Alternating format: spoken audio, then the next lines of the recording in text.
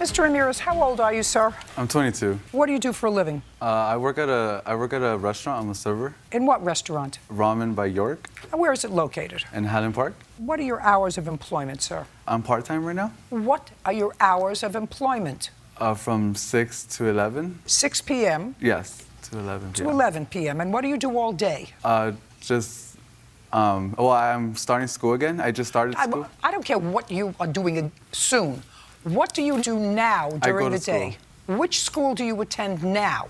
I do an online schooling. So you don't go to school, you do online, which means you work out of your house? Yes. And who do you live with? My parents. And what do they do? Construction. They both work? Yes. Are they working today? No. Where are they today? They have regular regular activities that they do throughout the day. I have a little sister, so they take care of my sister. What are they doing today? I have no idea. They're out doing their own thing. But they're not working today? No, I don't think so. And where is your little sister? With them. Well, you don't think so. Does that mean that you were home today doing your online school? No. What were you doing today? I had a family emergency today. I want to hear what the emergency was. I had a family emergency. I had a family emergency with my brother. He has liver cirrhosis of the liver. So it was out of nowhere, and we all went to the hospital. And I just got home. Just a second. What hospital is he in? You just told. Listen to me very carefully, Mr. Ramirez. You just told me a moment ago that your parents were out doing, you don't know what today. They were out doing things, regular things, because they weren't working. That's what you told me 2 minutes ago. You told my staff in the back that you had a family emergency, but just a moment ago you said your parents were out doing their own thing. Now all of a sudden you have a family emergency and everybody was in the hospital. Listen to me very carefully, Mr. Ramirez. I'm going to explain something to you about time and other people's time. You purchased a car from Miss Rodriguez. You didn't know her before you purchased the car from her, is that correct? Yes. You purchased the car from her because you saw the ad online. Yes. Correct? And you bought the car and you had an agreed upon price. Yes. I'm going to get to the rest of the facts of the case because you didn't finish paying for the car. Absolutely. I'm going to get to the facts of the case in a minute. I'm not finished with you about other people's time. Yeah. I spent a lot of time in school preparing for what I do. All these people work. Do you know what I mean? Work. Full time. They work. They get up in the morning and they don't go to school online. If they went to school, they actually got out, put their behind in a car, drove to school, or went to school. Do you understand? I'm here waiting for you because you couldn't get here on time. Bird is here waiting for you because you couldn't get here on time today. Most important, the lady that you stiffed on the car that you didn't know was here at 1:15, the same time you were supposed to be here. Do you understand? That is disrespectful. Stop tapping. That's disrespectful. It's disrespectful of other people's time when you're late. You see all these people sitting in the gallery? They could have been home 40 minutes ago if it wasn't for you. I could have been home 40 minutes ago and been on the treadmill if it wasn't for you. She could have been on her way home if it wasn't for you. Do you understand? That's respect for other people's time. And if you're 22 years old and you don't understand that yet, I'm prepared to give you a dress down. Now we understand each other? Okay, but I had a family emergency. Listen to me. Listen to me. Mr. Ramirez, I understand your words, family emergency. You told me 5 minutes ago you didn't know where your parents were. They were out doing chores because they weren't working today. And then when you realized where I was going, you went back to your original rote. I had a family emergency. Now, all of a sudden your parents who were out doing chores were at a hospital with your brother who has cirrhosis of the liver? Is that what you're telling me? You forgot about that when I asked you first where your parents were? If I asked you, Mr. Ramirez, where are your parents today? And you said, we were at the hospital with my brother. That I could understand. But when I asked you where they were, uncross your hands. You said to me they were out doing their things because they're not working today. Do you understand? Yeah. Perfect. Now, you bought a car from Miss Rodriguez and you agreed to pay her how much? $1,600. You gave her a $500 deposit. She's a trusting soul. You gave her a $500 deposit, and because you probably said to her, I'm going to pay you every month religiously until the $1,600 is paid off, just like you told me you had a family emergency, she trusted you enough to give you the registration for the car, right? Right? Yes. And then you were smart enough to register the car in your own name, right? Yeah, it wasn't registered. You've never had the car registered? No, it wasn't registered before. I don't care whether it was or not. You had it registered in your own name. Yes. And that was the last Miss Rodriguez heard from you. Now, when he purchased the car, he came, he looked like a nice young man, right? Yes. And he said, I promise I'll give you what? How much a month? It was supposed to be $500 every week for 2 He was going to weeks. give you $500 Yes, a week for because- 3 weeks?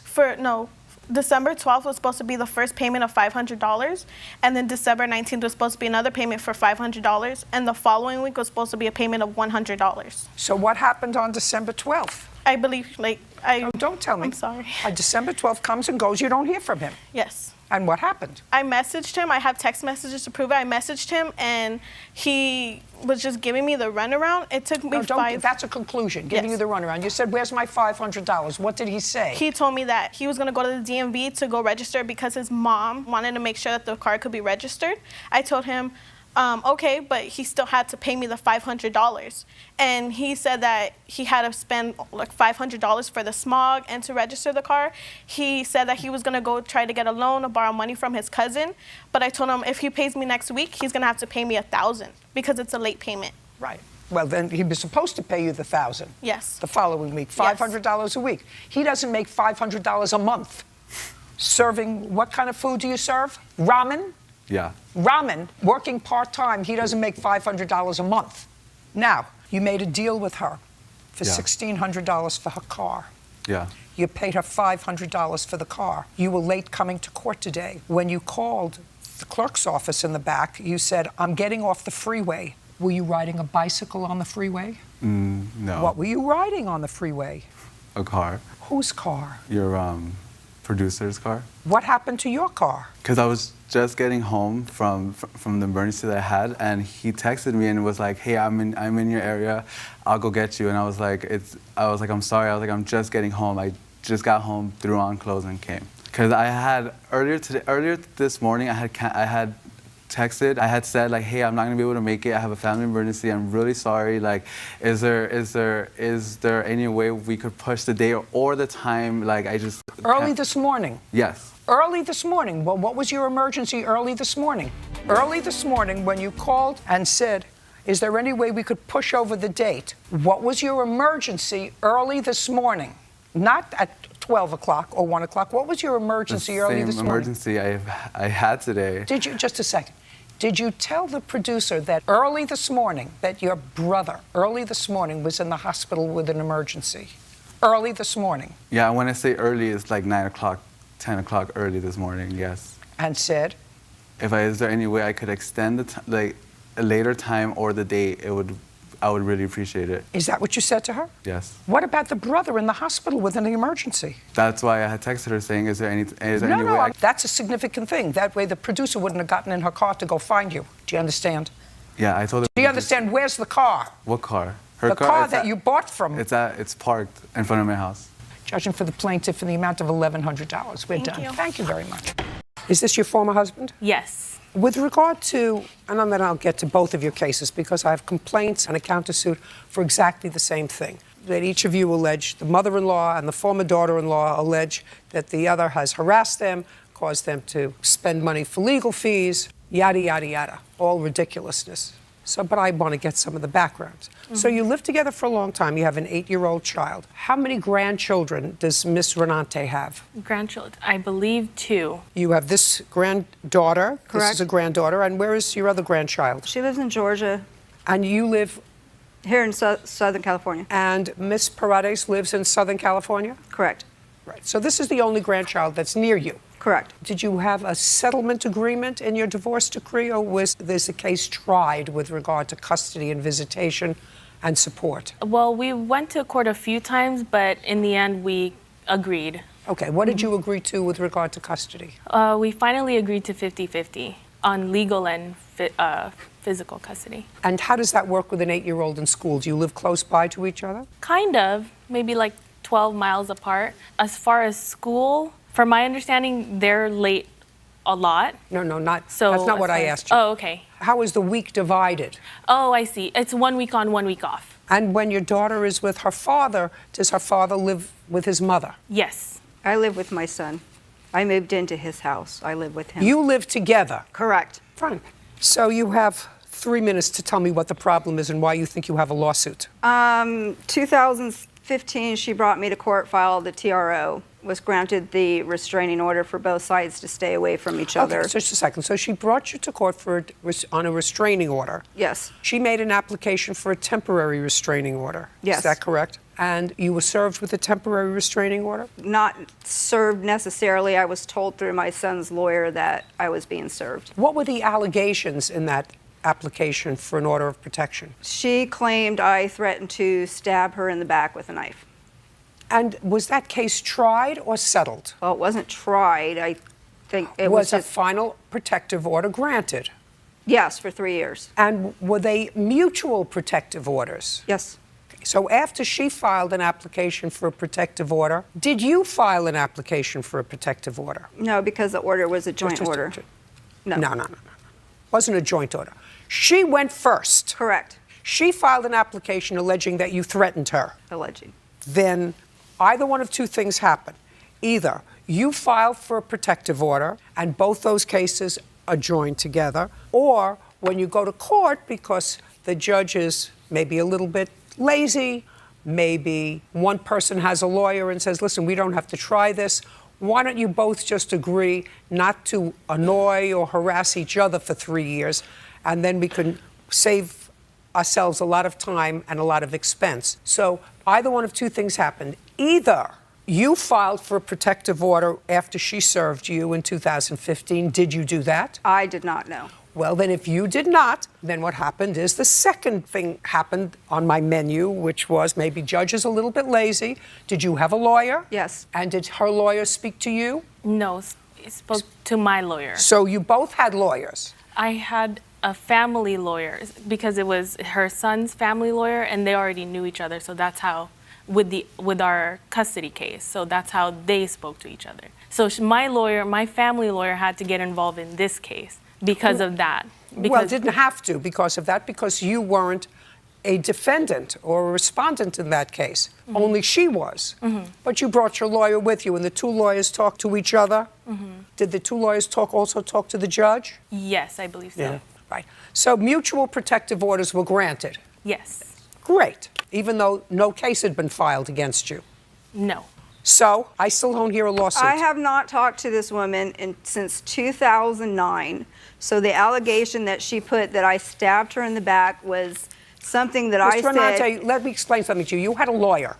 Correct. If you wanted to fight that order of protection, listen to me carefully. If you wanted to fight that order of protection, you should have said to your lawyer, I want a trial. Okay. Not say, I consent to an order of protection. But it wasn't really about that. It was about my granddaughter. She filed the restraining order against both me and my son separate, had two separate judges sign it, and he couldn't have my daughter in visitation because I lived in the house with him. So I Listen. went to court to fight the visitation. She wouldn't allow her daughter in his house because I lived with him for him to see his daughter unless I wasn't there. But since I lived there, how's that going to happen? What's your last name? Renonce, ma'am. Stand up next to your mother.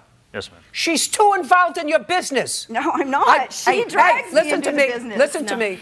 Listen to me. I didn't ask you a question. She's too involved in your business. Yes. I've been doing this business for 50 years. I met her 5 minutes ago, and I'm telling you, she's a nice lady, and you don't look like a bad guy. You're quiet. You don't look like a bad guy.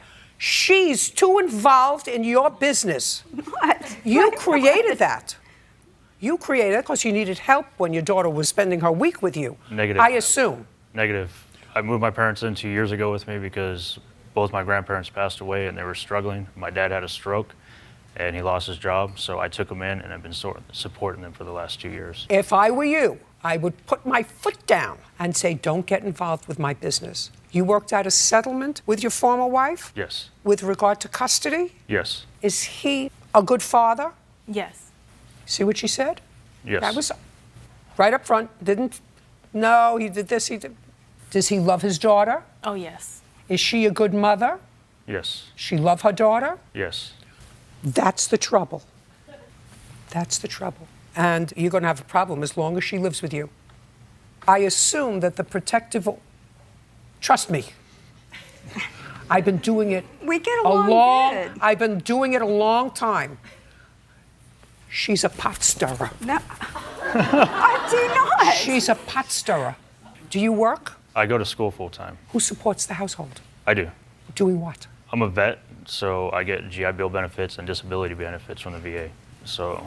Do you work? Yes. What kind of work do you do? I'm a supervisor for a Vasey medical group. Do either one of you pay child support? Not anymore, no.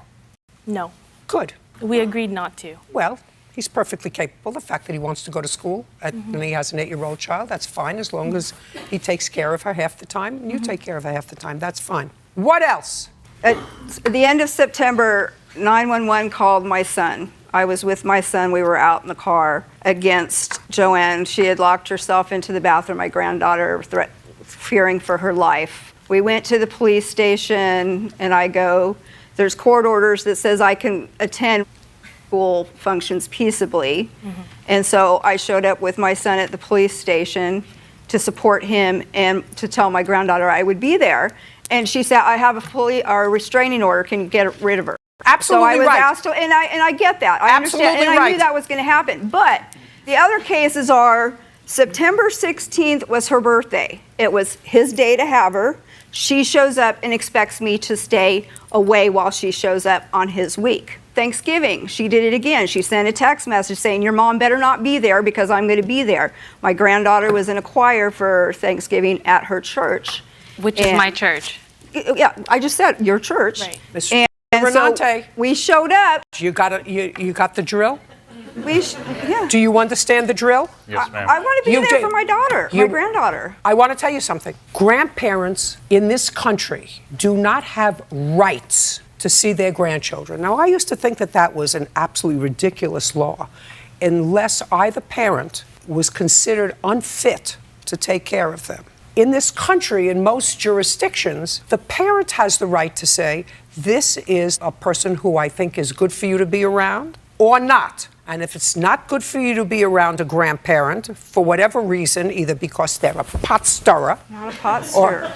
Her daughter comes let to me tell you because something, Ms. she Ferrante. can talk to me and not talk to her mother. She feels comfortable talking to me. She talks to me. She doesn't talk to her mom. I'm not a pot stirrer. I stay out of stuff. Do you have it? Yes. Do you understand it?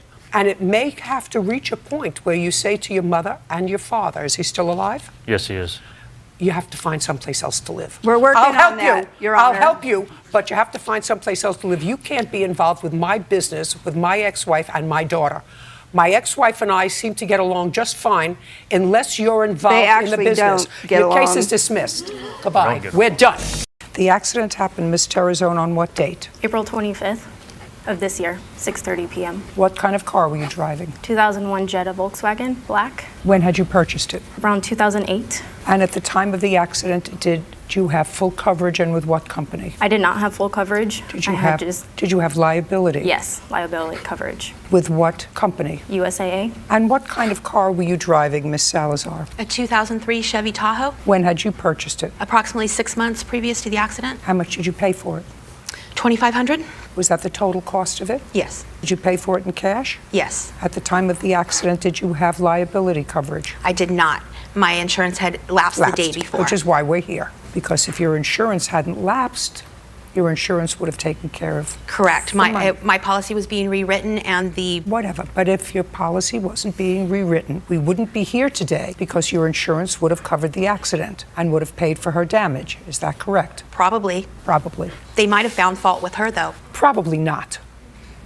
You want to tell me what happened? yes, I was out of my commute from work. Show me where. In this diagram here, I was turning left here, and I had a green light. She was in the next lane next to me, right here. She had a red light. So she was at a complete stop. I had the right of way. I was turning left, and she bolted right in front of me, giving me no reaction time to brake, and we hit right on the side here, not bumper to bumper, but to the side. So my right, So she was going around you. she was cutting right in front of me to make make the the green le- light. No, ma'am. Got I was it. already in the left-hand lane when she came up Got behind it. me.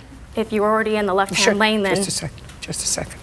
Okay, the plaintiff's witness was not in this location. She was actually in front of my vehicle. She's in a small vehicle. Why don't you tell me where your car was? Okay, I was in this lane already. There's an island that comes out right here. I was in this lane right here. She was not behind me. The witness was in front of me, and I was here. I had the green. As I approached the arrow, it turned yellow. I decided to wait for the next light, and all of a sudden, she slammed into the back of me. Okay. It was not in the back of you. I'm going to dismiss your case if you do it again. Do you understand? Yes. PW, plaintiff's witness. You were in a different car. Yes, ma'am. Tell me your last name. Goss. Had you ever met Miss Tarazone before April 25th? No, I did not. And you don't know the defendant? I don't know any of them. You got involved because you witnessed the accident? I was right there, yes. You want to tell me who's telling me the truth? Yes. Your Honor, I am the yellow vehicle, and the defendant is the blue vehicle. I was She's lying. behind She was her. in front of me. I don't want you to speak. Somebody who drives around without insurance doesn't speak. I have insurance right now, ma'am. I had don't- one day with no Wait, insurance. Just a second. Do you know how many cases that I do with people who went one day without insurance and just happened to get into an accident that one day? We cover an entire sweeps period in November with people who just had a lapsed policy, it was being rewritten, the stamp fell off the envelope, all kinds of other things. So let's be quiet. And how many months' rent did you pay? I don't owe him anything. No, that's not what I asked you. That's why we're here. So don't cop an attitude. I don't have an attitude with you. Don't cop an attitude. I asked you a question. I said, how many months' rent did you pay him? I pay him, I think, all his rent. I don't know what you think, because we'll go through each month. You signed the lease in August. Was the lease supposed to start in September? Or August? Or October? When was it supposed to start? I believe it started Can in I see August. the lease? Yes, ma'am. I have the lease right here. I also have a schedule of the payments that she made to me as well. Started September 1st. I'm going to show this to you, Ms. Rice, because this is what Mr. Thorpe says, that you paid him and the months that you paid him. Okay, yes, ma'am. Okay, and this starts in August 28th, 2015. He says on August 28th, 2015, you paid him $525. Yes, ma'am. Is that correct? Yes, ma'am. You don't have any deposits for October, November. You do have one in December for $525, so you didn't pay those 2 months. Do you have any proof that you paid those 2 months? No, but when we signed the lease in August, the 28th, that was just early for September. I got it. And then, according to text messages, I did give him the rent for October because Mr. John is one of them type of people. He keep you informed Well, just a all second. the way through. Just show me that you gave him rent in October. I don't have a receipt.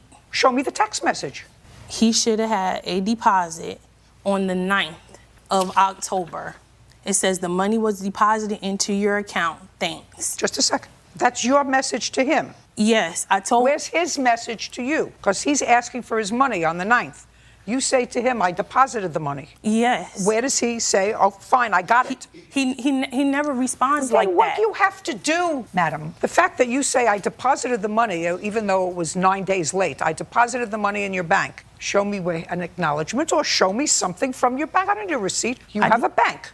No, I didn't have a bank account at that time. How did you deposit the money in his bank? Because I How had his did you- account. I had his account number, And then you get a receipt. and then I got Just a receipt. second. Then you but get. then, in the process of mismanagement, I lost the receipt. Well, that's but too- I always that's too send a bad. text message to him and let him know when Just I a s- deposited the money. I don't care.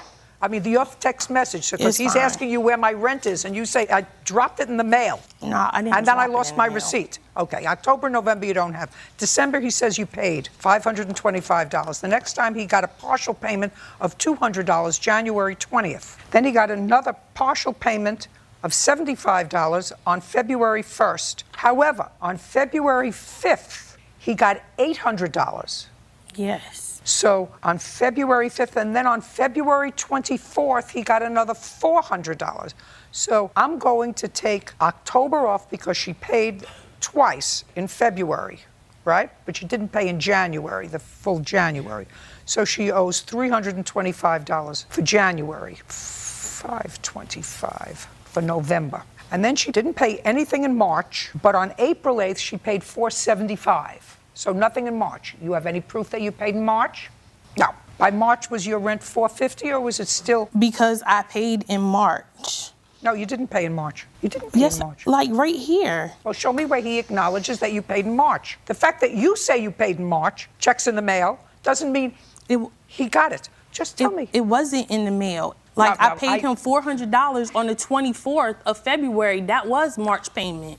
That was for March. I paid him up. No, I paid him ahead of time because it was income tax time. Because John You is one owe of them him- type. listen to me, I don't you- owe him anything. You owed him money from January. I You only don't paid- owe him money from January. Yeah, you did. You no, owe- I don't, because the $800 in February covered January and February. And That's what about where March? it came from. Just a second. You just told me. It And also, then the other payment, the $400, covered March. That's how the payment got back down to $475, $450, and $25 for the late fee, Okay. according to We're his gonna- own well, text messages. Just a second. I don't got time for this get-rich-quick scheme he got going on. What is your last name? Believe him in Saul. Who was a tenant in this house? You can sit down. I didn't think you were a tenant. Just the two of you were Yes, tenants in the ma'am. house. These were your tenants. Yes. They had an oral lease or a written lease. We actually have a written lease. I'd like to see it. Well, it just says that she received $600 to rent a room at this address. They will be moving in on January 2015 between 1st or the 5th. Deposit. I need 2 weeks' notice of change of plans to have a full refund. And you signed it. Yes. Okay, this is what the case is about. You claim that they had you falsely arrested. So there is an oral lease. Rent was $600 a month. You moved in January. Is Yes. that correct? January of 2015. When did you move out? February. Of 2016. When did she first tell you that she wanted you to move out? What month? September. In September. I actually have Yeah, she has a paper. Good. So between the time you moved in, which was January Right. 2015, and the time you were notified that she wanted you to leave, which was in September, Right. After we asked for repairs. it's just September Yes, September 2015, 15. between those periods of time, you paid rent. Yes. In what amount? $600. Your Honor, they pay you. Shh. I'm figuring this case out myself. Sure. After September of 2015, when she notified you that she would like you to be out by the 15th of October, and she sent this to you on September 15th, did you pay October's rent? Yes. Yes, I have. Shh. The answer is yes. May I see it? Yes. October's rent paid on October 15th. Yes. Did you pay November's rent? Yes. May I see it? Yes. You paid that on November 20th. Yes. Did you pay December's rent? No, we did not. But Okay. No. You did not pay December's rent? No. She told us that she didn't want any money from us at all. Just a second. Okay. No, she wanted you out on October 15th. We have a text message saying that she wants us out, that she doesn't want a penny for us for utilities or rent. Just a second. Okay. Listen to me carefully. I'm going to take a look at that. Okay. She's already served you with a 30-day notice to leave. Yeah. Just a second. Okay. September 15th, she served you. This is your evidence, a notice to leave. You did not leave No. on October 15th. You No. paid rent on October 15th. You got a letter from your landlord. Due to different circumstances, I will be moving out by 30th September. She told you you were renting a room, correct? New people will be moving in on October 1st. I am sorry, but I need you to please move out by the 15th of October. I am giving you a month's notice so you have enough time to clear out everything. I'm sorry for the inconvenience. All right, that's what she sent you. So instead of moving out, you stayed October 15th and you stayed it the whole month of November. Yes. And then December, you were still there. Pay attention to me. I'm creating in my own head. Put your hand down. I didn't ask you a question. Okay.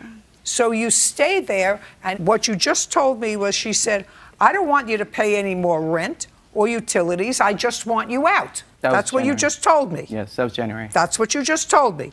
So you neither paid rent nor utilities, nor did you move in December. Is that right? No. Good. So you didn't move in December, and in January, Did you pay rent? No. No. And did you move? We moved February when she told us to. No, she told you to move in October. May I speak? She jumps back and forth a lot. She would come say, have a problem with us. She'll talk to the mediators, and she'd be like, oh, everything's fine. Don't worry about it. We're all family. That's why we were really confused with her then when she found out about the You housing. weren't confused about not paying rent. She did it out of retaliation, though, because we called the housing services Who on cares? You For- ate the steak. her. She deposited our rent checks. You went in to the restaurant, you ordered a steak, you tasted it. You said, I've had better steak. You didn't give it back. You finished the steak, and then you said to the owner of the restaurant, I'm not paying for the steak, I didn't like it. May I? You can tell me anything you like, but you ate the steak. You, and is this I your did- wife or girlfriend? This is my girlfriend. This is your girlfriend. You But and she your told us that girlfriend. she didn't want any more money, though. She said that she didn't want to go through an eviction. Go tell them about She didn't want to go through an eviction because she said, because she knew we went to housing and housing told us our rights. Our housing told wait for her to try to evict us. And she explained that we could stay. I mean, And they told us that she cannot charge us for utilities on an illegal unit when it's a single family dwelling. Listen to me. You don't like the steak? Move. I did. You didn't move. I was waiting for her to just pick up- a second. You stayed and you ate the steak December and January, and you didn't pay for the steak. You stayed there and you ate it, and you lived there perfectly fine and paid rent. She refused- January, February, March, April, May, June, July, August, September. All of a sudden, when she told you you had to move, she sent you a very nice letter. Now, this is what the case is about. I'm just trying to figure out Okay. who you are. Okay. So far, you're squatters who stayed 2 months without paying rent. That's Now, not true. now You what get I one- want to know is, when you filed for an order of protection, what month and year did you file for an order of protection against her? And I want to see the basis that you put in It was January the protective 22nd, 2016. January. Okay, now in January 22nd, you already had not paid rent in December. You had not paid rent in January. Now I want to see what you filed. Put your hand down and take your hand off his see, thigh. she moved out of, and we couldn't find her. So how is it my responsibility to find her to pay kept- her rent? If- She wouldn't tell us where she lives. She How wouldn't was I pick it up. supposed to pay her rent? She gave us letters saying that she didn't want the rent. She just wanted us to move out to avoid an issue with the thing. Because she knew we talked to housing, and housing told us our issue, our rights. Excuse me, she didn't pay. We paid December, but we still have it. I mean, she didn't come and collect it, And then she told us she didn't want it. and she purposefully did that so she didn't have to. I'm reading what you filed in here. I understand. You know what you filed in here? Yes, I do. Ah. Yes, I do. Patrick needs protection because Romalda has been harassing him verbally and tried opening his front door, threatening him to throw him and my property out. Then she says, November, she threatened me after she asked you to move, and my boyfriend, saying we had to leave. That doesn't sound equivocal to me. Or else she would change the locks on us and throw our property out. Today, January 2nd, she ran up to my car, waited outside for me, opened up my door without my consent, grabbed me and threatened me. Now I want you to tell me about that. I want you to tell me on January 22nd exactly what happened. Okay, I was leaving my property at like 8 a.m. and she was in the backyard cleaning because she didn't live at the property, but she was still cleaning the backyard up. I was walking out and she comes up to me, and it's already been arranged that she wouldn't speak to me because I told her I felt uncomfortable. That's why she speaks to Javier. She doesn't speak, I mean, we don't understand each other. You understood each other before October. Not very No, but clearly. Before October. Well, then you're an idiot for staying there. Miss Hankins, who is this? Matthew Lopez. He is my witness. He is now my roommate. He's your witness to what? Well, to an entire month in the apartment. A what? Speak up. He watched me in a fire damage, helped with the damage, and then also helped move me out.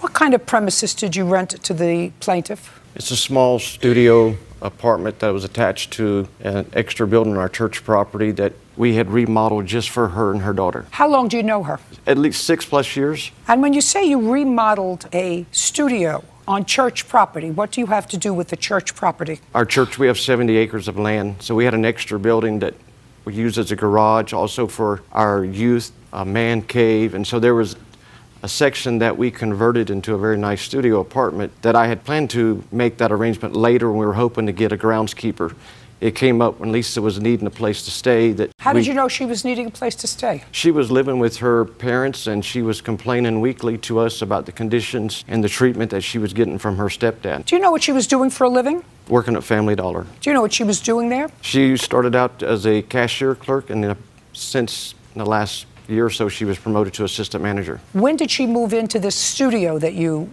renovated for her? She would have moved in February of 2015. And were you charging her rent? Yes. How much? $500 a month. Was she able to pay her rent? No, she could not make a monthly payment, so the arrangement we had came to that when she got her tax check, she had $5,000 for 2015. So she gave the entire $5,000 and prepaid her rent for the first 10 months of the year, which allowed us to do the work to make the apartment livable. And so she gave the $5,000, we fixed it up, she moved in, she had no rent for 10 months. And then at the next year, February 2016, when she got her tax, she was to catch up what she was behind and pay as much in advance as she could for the next year. So when did she give you the tax check? Soon as Month she got and year? February 2015, and then again February 2016. And she paid in cash, Your Honor. She paid what in cash? Her rent, when she gave the $5,000, she gave $5,000 in cash.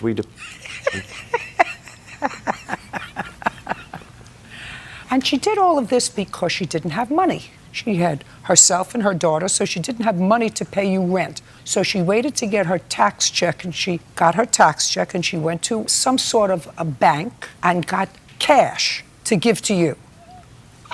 To the church. Right, it gets better. This person who had no cash took out renter's insurance, had no money to pay her rent, paid renter's insurance. And lo and behold, there was some sort of fiery smoke that damaged a whole bunch of your property. And I want you to tell me when this fiery smoke was. Well, I report... Just a second. Oh, go ahead. Month and year. It was reported to insurance December 15th of 2016. Is when there was a fire. That's when your $5,000 rent ran out that you had prepaid the February before. So then you were up to January, right? And then you would have to have paid another $5,000, right? Because she wasn't paying any rent. She was just giving you every February $5,000 in cash when she got her tax refund. Is that right? Correct. Now, what I would like to see is when you first took out and paid for renter's insurance, month and year. Don't look confused. It's a very simple question. I want to see when you took out the rent insurance policy, because somebody has renter's insurance and you've lived there for a couple of years, you would have taken the renter's insurance out for several years, right? So now I want to see the policy when it started. Well, okay, now I do not have the starting date of well, we're going to get that. Yes. We're going to get the date that your policy started, the date that you applied for renter's insurance. December. Let's start with the year. 2016. So you didn't have renter's insurance in 2015 when you lived there? No. You got renter's insurance in 2016. Correct. Right. Did you get it in the beginning of 2016 or the end of 2016? Truly, it was December. It was probably in October when I changed to insurance companies. In October or November, right before this smoke damaged your property. Now, do you have an arson report?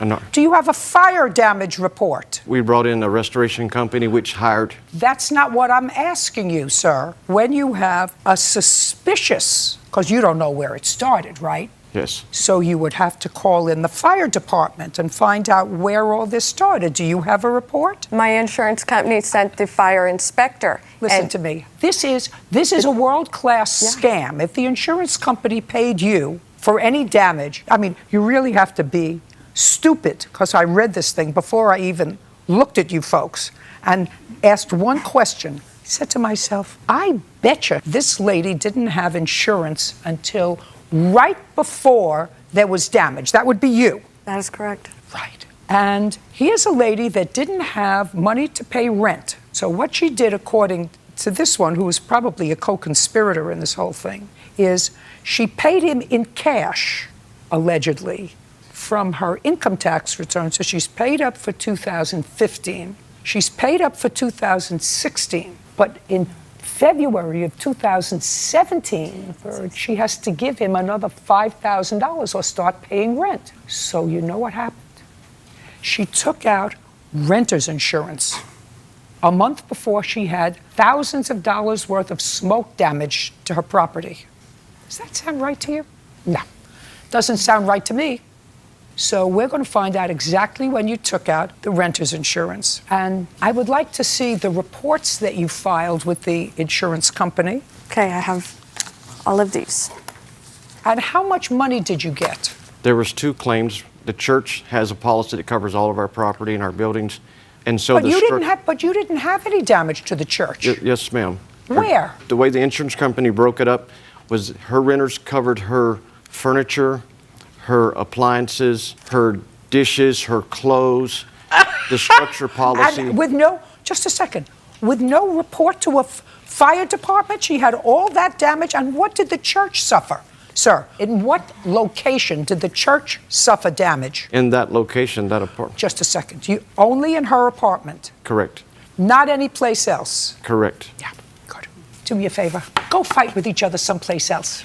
Not here. I don't believe it. I don't buy it. I think it's a huge scam.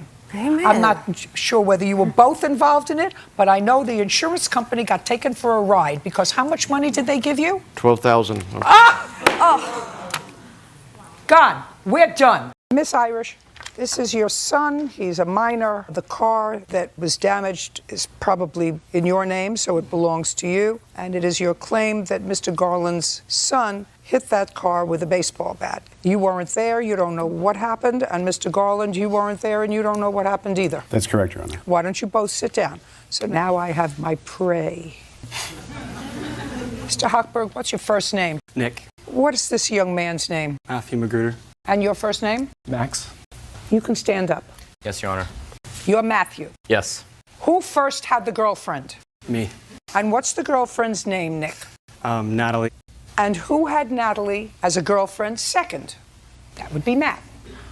Did you ever date Natalie? I am currently dating Natalie. You are currently dating, and you're Max. Yes. From when to when did you date Natalie? Probably, it was freshman year of high school, so I don't really know the dates exactly. What year are you in now? I'm a senior now. So it would have been 3 years ago. Yes. And when did you date Natalie? It was October 2015 through February 2017. And you are au courant. Correct. Starting when? May of 2016. 2016 or 17? 2017. I'm sorry, Your Honor. On what date did this incident happen with the car? Happened on November 3rd. Who was going to tell me a story that I'm going to believe? He will. You want him to tell the story? Mm-hmm. Forget it. It's your case. Mm-hmm. You tell me the story from the beginning of the evening. Okay, so Matthew Magruder texted me and asked me if I wanted to hang out with him that night. Do you have those texts? I do not, I don't think. Do you have I mean, the text? Your Honor, no. So we don't have the text messages. Right. Let us assume that that's what happened, that Matthew texted you and said you want to hang out. Now, were you friends even though you dated Natalie first? Yes, ma'am. And he dated Natalie second? Yes, ma'am. And so what did you do? So we met up at Qdoba, the Mexican Grill. What time? Probably 9. Don't look at him. Sorry. Over here.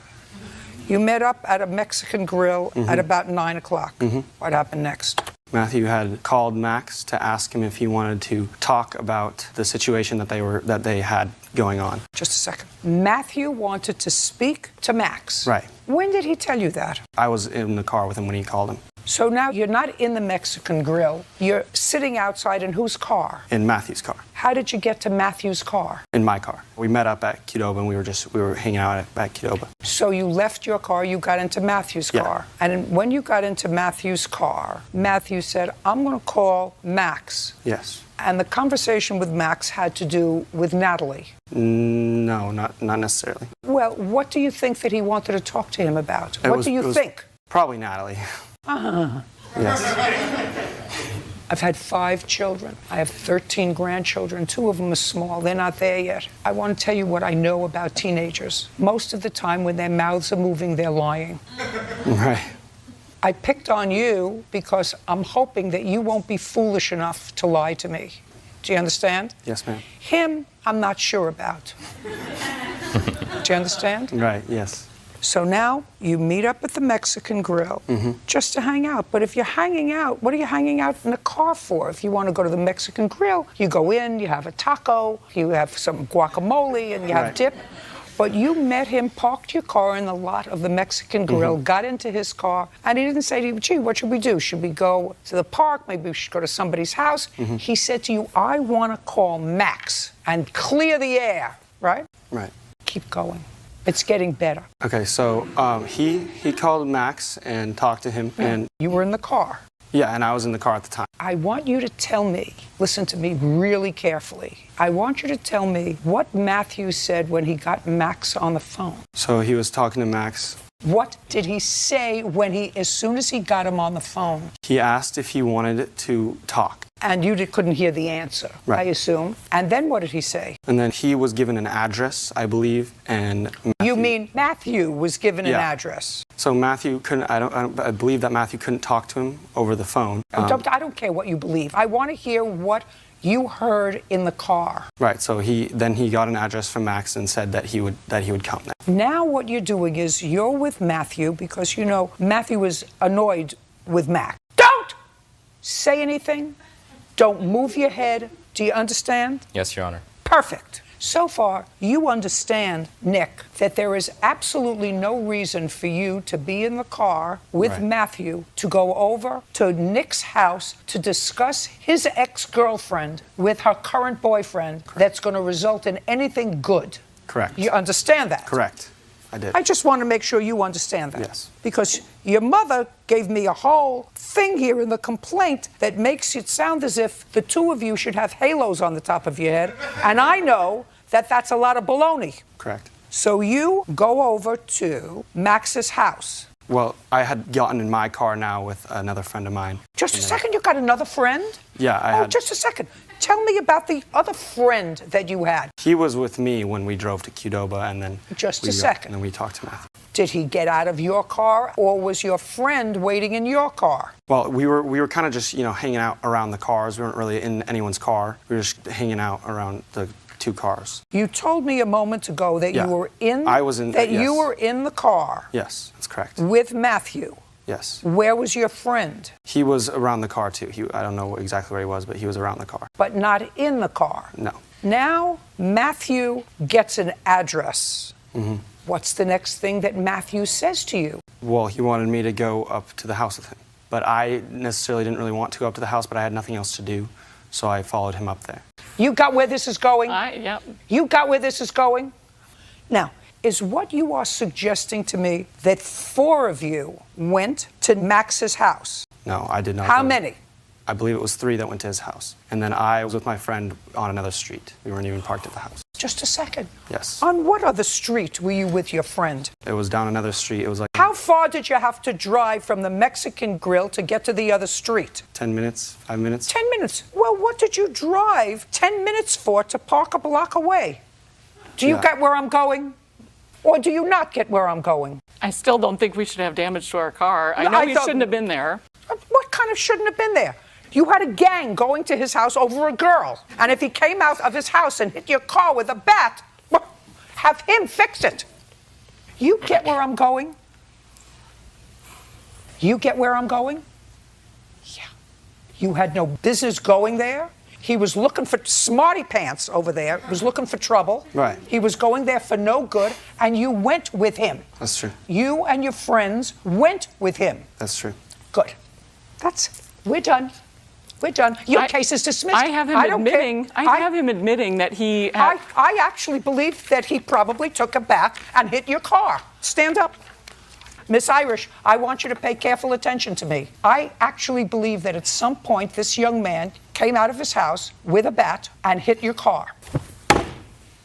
Have him pay for it because he shouldn't have been there. They went as a gang to his house over a girl. But they drove, listen to me, he drove 10 minutes from a safe parking lot to around the corner from his house I agree he shouldn't have been there. Absolutely. But I don't think anybody should be damaged or hurt or hit. I mean, I don't think that we should have to pay I don't for the care car what you damage. think. Your Honor, I wasn't. I don't care what you think. What I'm telling you is your son's judgment or lack thereof caused your car to be damaged. He went with a group of people looking for I'm speaking, who were looking for no good, including this wise guy. And your son says, I shouldn't have been there. I shouldn't have gone. I was with my other friends. Why did you go? I had nothing else to do. You should, I agree with that. Except for our car shouldn't have damage on it. It shouldn't. I think he should fix it. I think your son should fix it. I have evidence from Max saying he wanted to pay for the car. I don't care. That's why we're here. If he wanted to pay for the car, he should have paid for it. Your Honor. I'm telling you,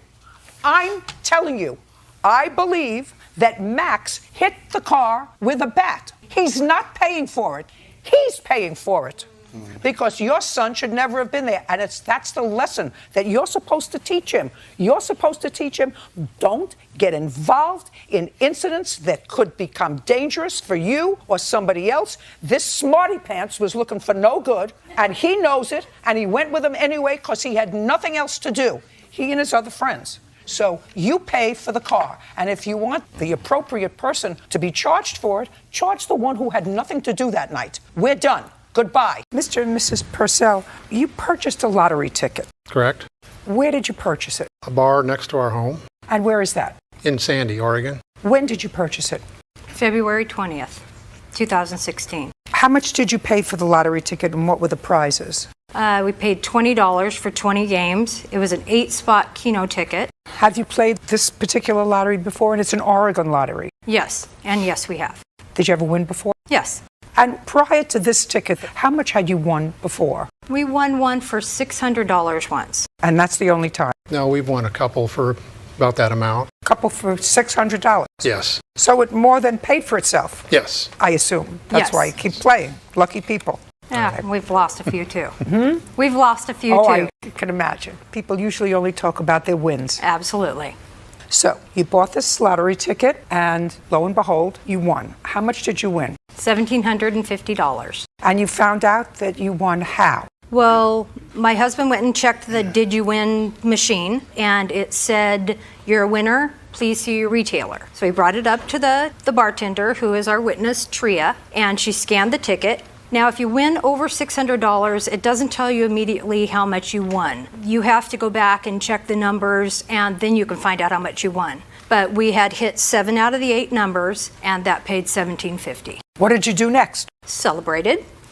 And then the next day, I went and got a claim form, which you can get right there at the saloon. And I brought it home, and Dave, my husband, filled it out the next day. Listing your name, your address? It was in my name. He put the claim form in my name. He even took a picture of the ticket. Okay. We put it in the claim form and sent it out the next day. And you have a picture of the ticket? Yes. Correct. And then what do? They send you a check? Yeah, you send it into Salem, Oregon, and it usually takes about 3 days to get it back. And it didn't come back? And it didn't come back. And you began investigating, and you had the picture of the ticket with the numbers. Yeah, we waited the 2 weeks that they tell you to wait. On the 15th day, I called down there to Lottery and gave her my last name and the numbers. I said, we didn't receive our money. Well, they didn't have any of our information. So I told Dave, someone claimed our ticket. Somebody stole our ticket. So that's when I put in a public records request through the Lottery and received his information. Okay, and that's how we get to the defendant who cashed your lottery ticket. Correct. Okay. First, I'd like to see a photo of the ticket. He has it on his phone that is actually date stamped. I have a picture of it here, but if you'd like to see it with the date on it, I would. That's the picture of the ticket, and then he has it on his phone also. That was taken in February. Got it. Thank you. We also have our claim form. I would. As a matter of fact, I'd like to have it up here.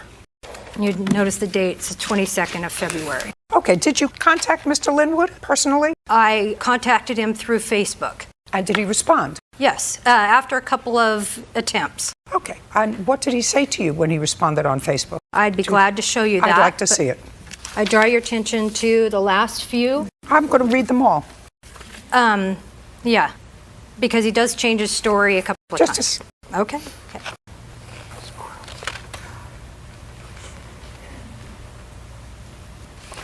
What do you do for a living, Mr. Linwood? I drive forklift, I do retail, and I do warehouse work. Let's try to get one cogent story, sir. Okay. On what date did this lottery ticket come into your possession? It had to have been February 27th or probably the beginning of March. And how did it come into your possession? Came into my possession, my father-in-law at the time, he contacted me one morning saying, hey, I won a lottery ticket of $1,750. I said, oh, wow, that's awesome. He said, well, could you help me out? It's unsigned.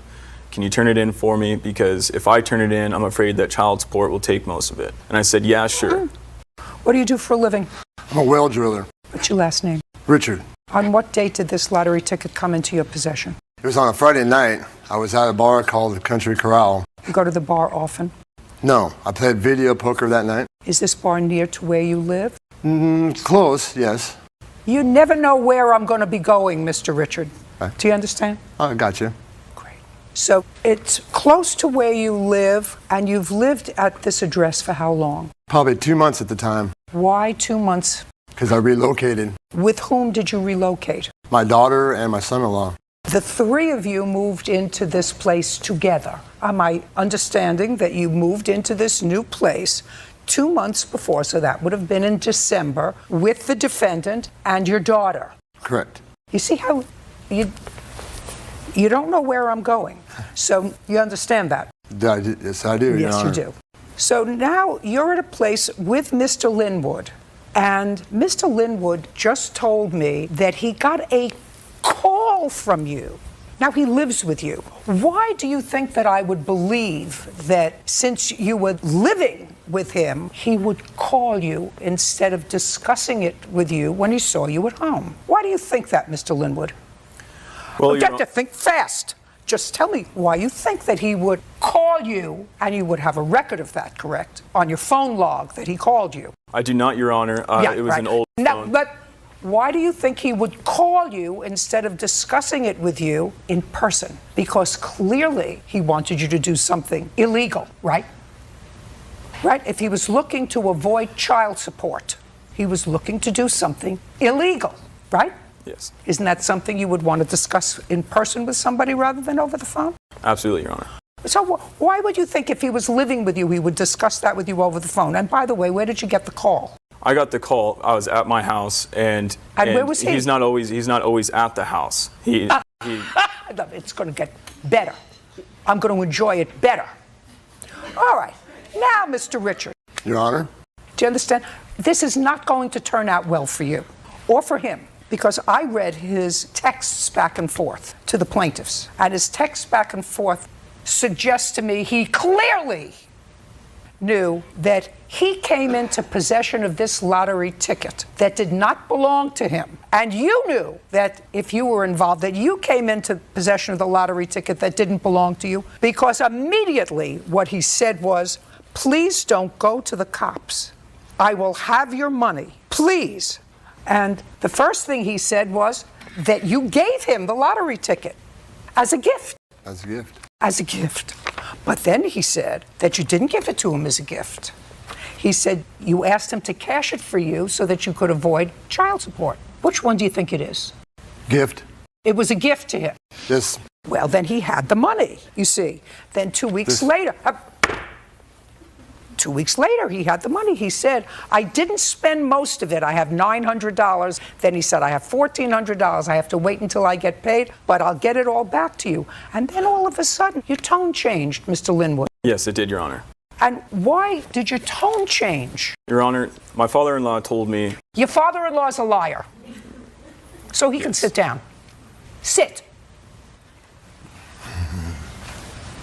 And so are you. In a short space of 2 pages, you changed your story 3 times. Yes, I did. And you swore, and just a second, and you swore to me that he is a liar.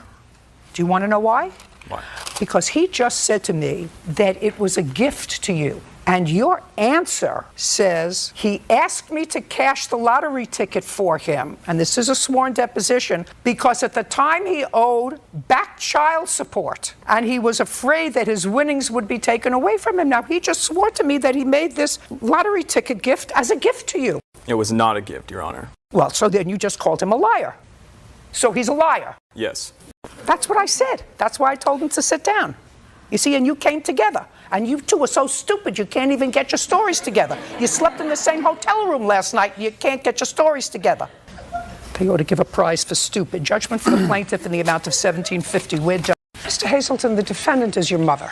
And it is your claim that she had you falsely arrested a little over a year ago for both stealing her property and for assaulting your sister, who tried to intervene and prevent you from taking her television. That's what the case is about. You spent, according to you, 6 days in jail. You finally bailed yourself out, and you want to be compensated for that. That's what the case is about. Okay. Prior to being arrested last year, when you were arrested on your mother's complaint, how many times had you been arrested before? A bunch. How many? More than a dozen? I could say yes. And were those, at least some of those arrests, drug-related? No. Were they alcohol-related? No. Were they physically related? Were they assault cases? Some. But what does that got to pertain to this case? Everything pertains to this case.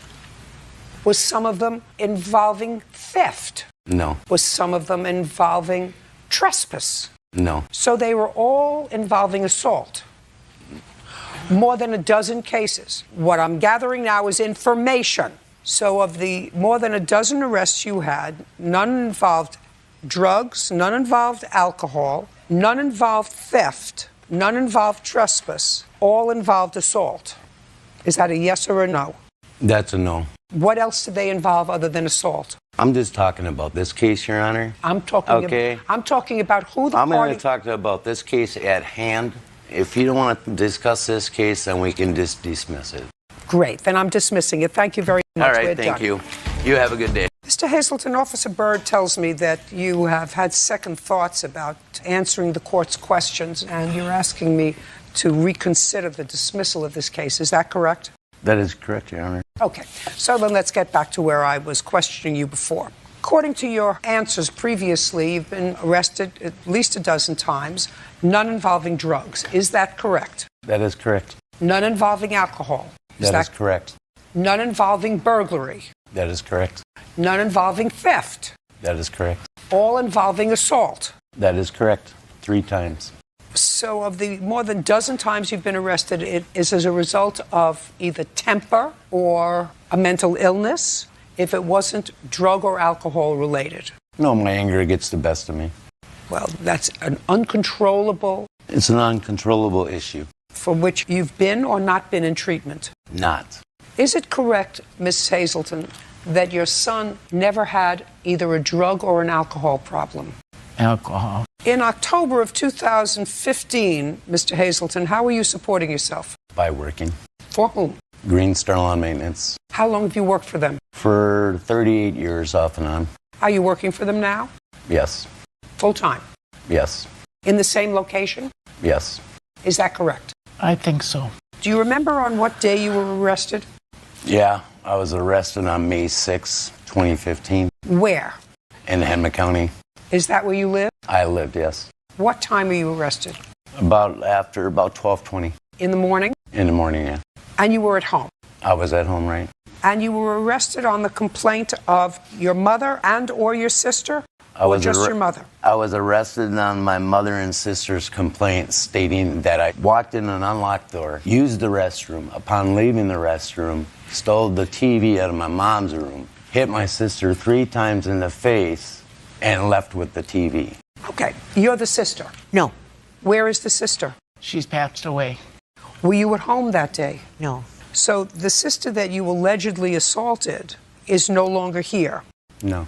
Is that correct? That is correct. And I gather from your answer that you were not at home when this took place. No.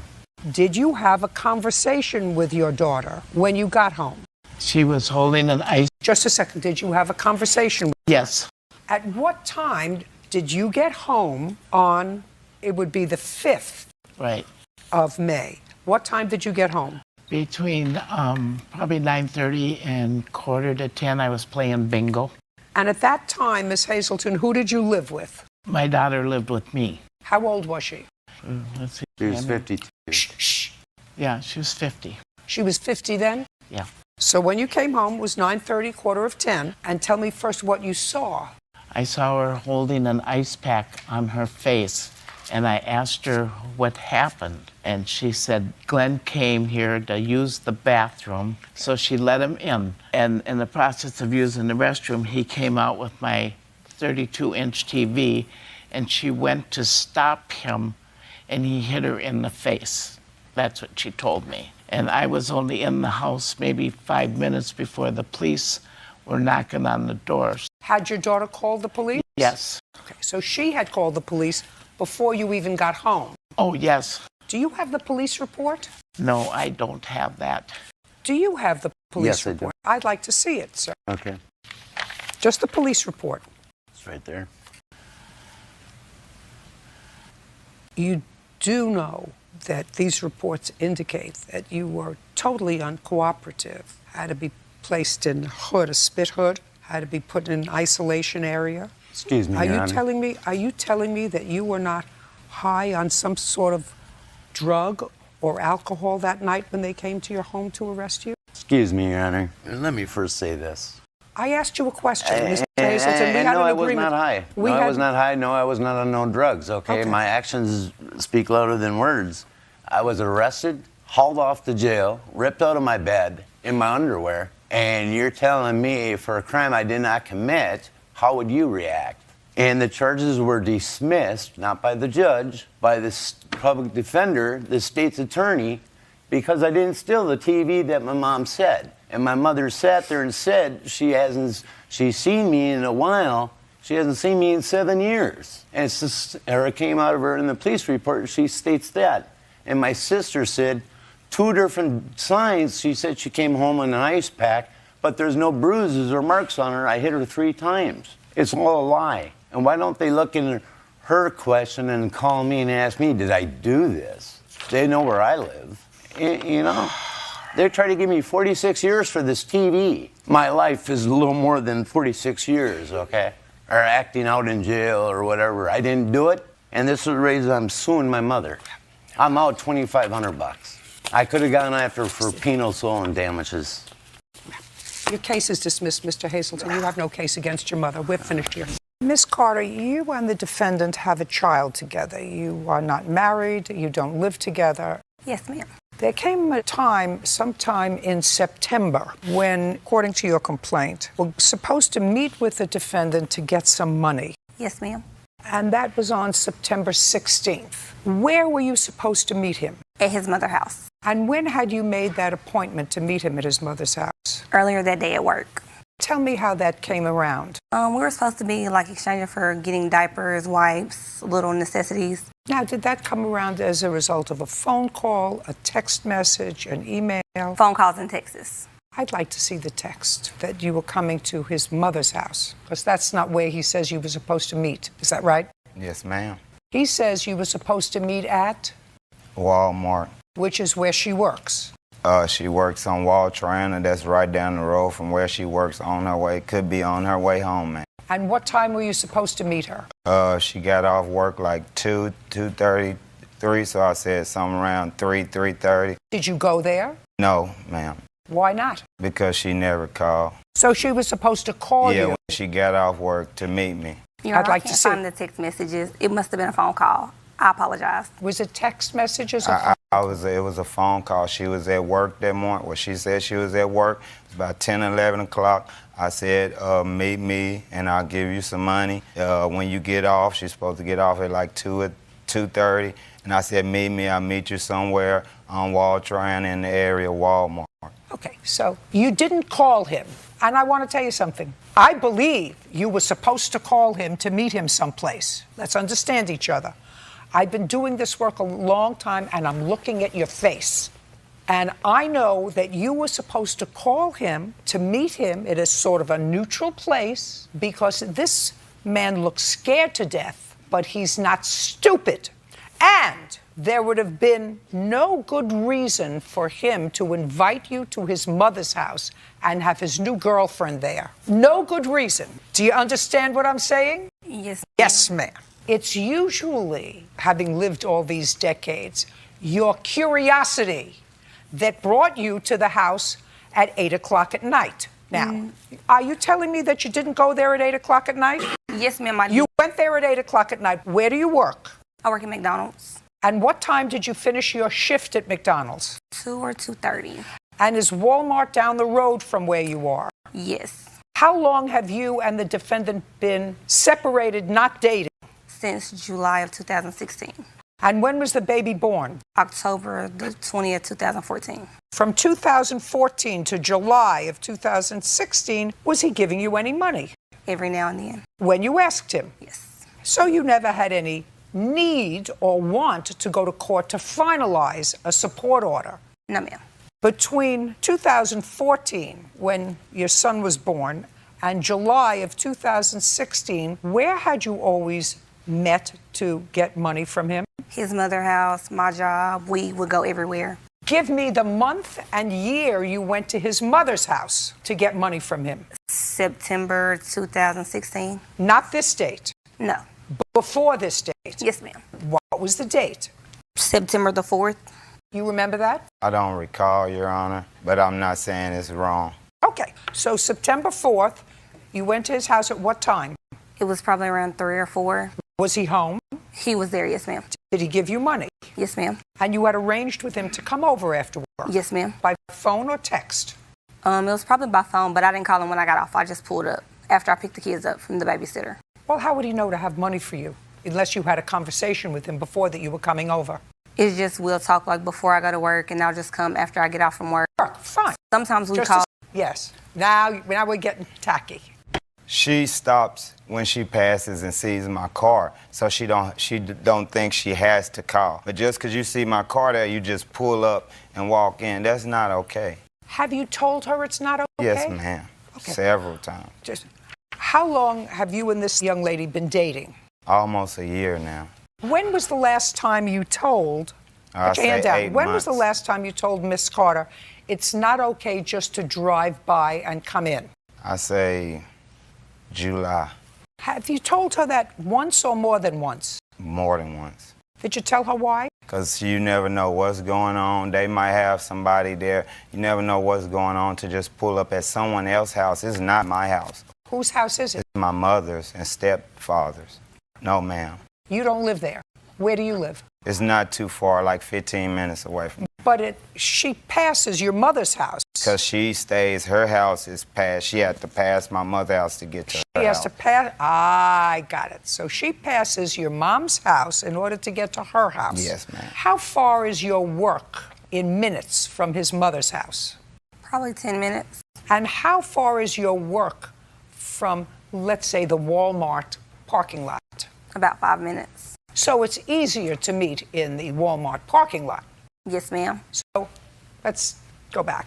September 16th, 3 o'clock, you're finished with work, you go to bed, the babysitter, you pick up the children, and then where do you go? They actually go to daycare during the week, What? and they don't get out until 6. Both of them go to 2 different schools. Well, what did you do from 3 to 6? From 3 to 6, I went grocery shopping. I took groceries home. We had a seafood boil at my friend's house. Yeah, just a second.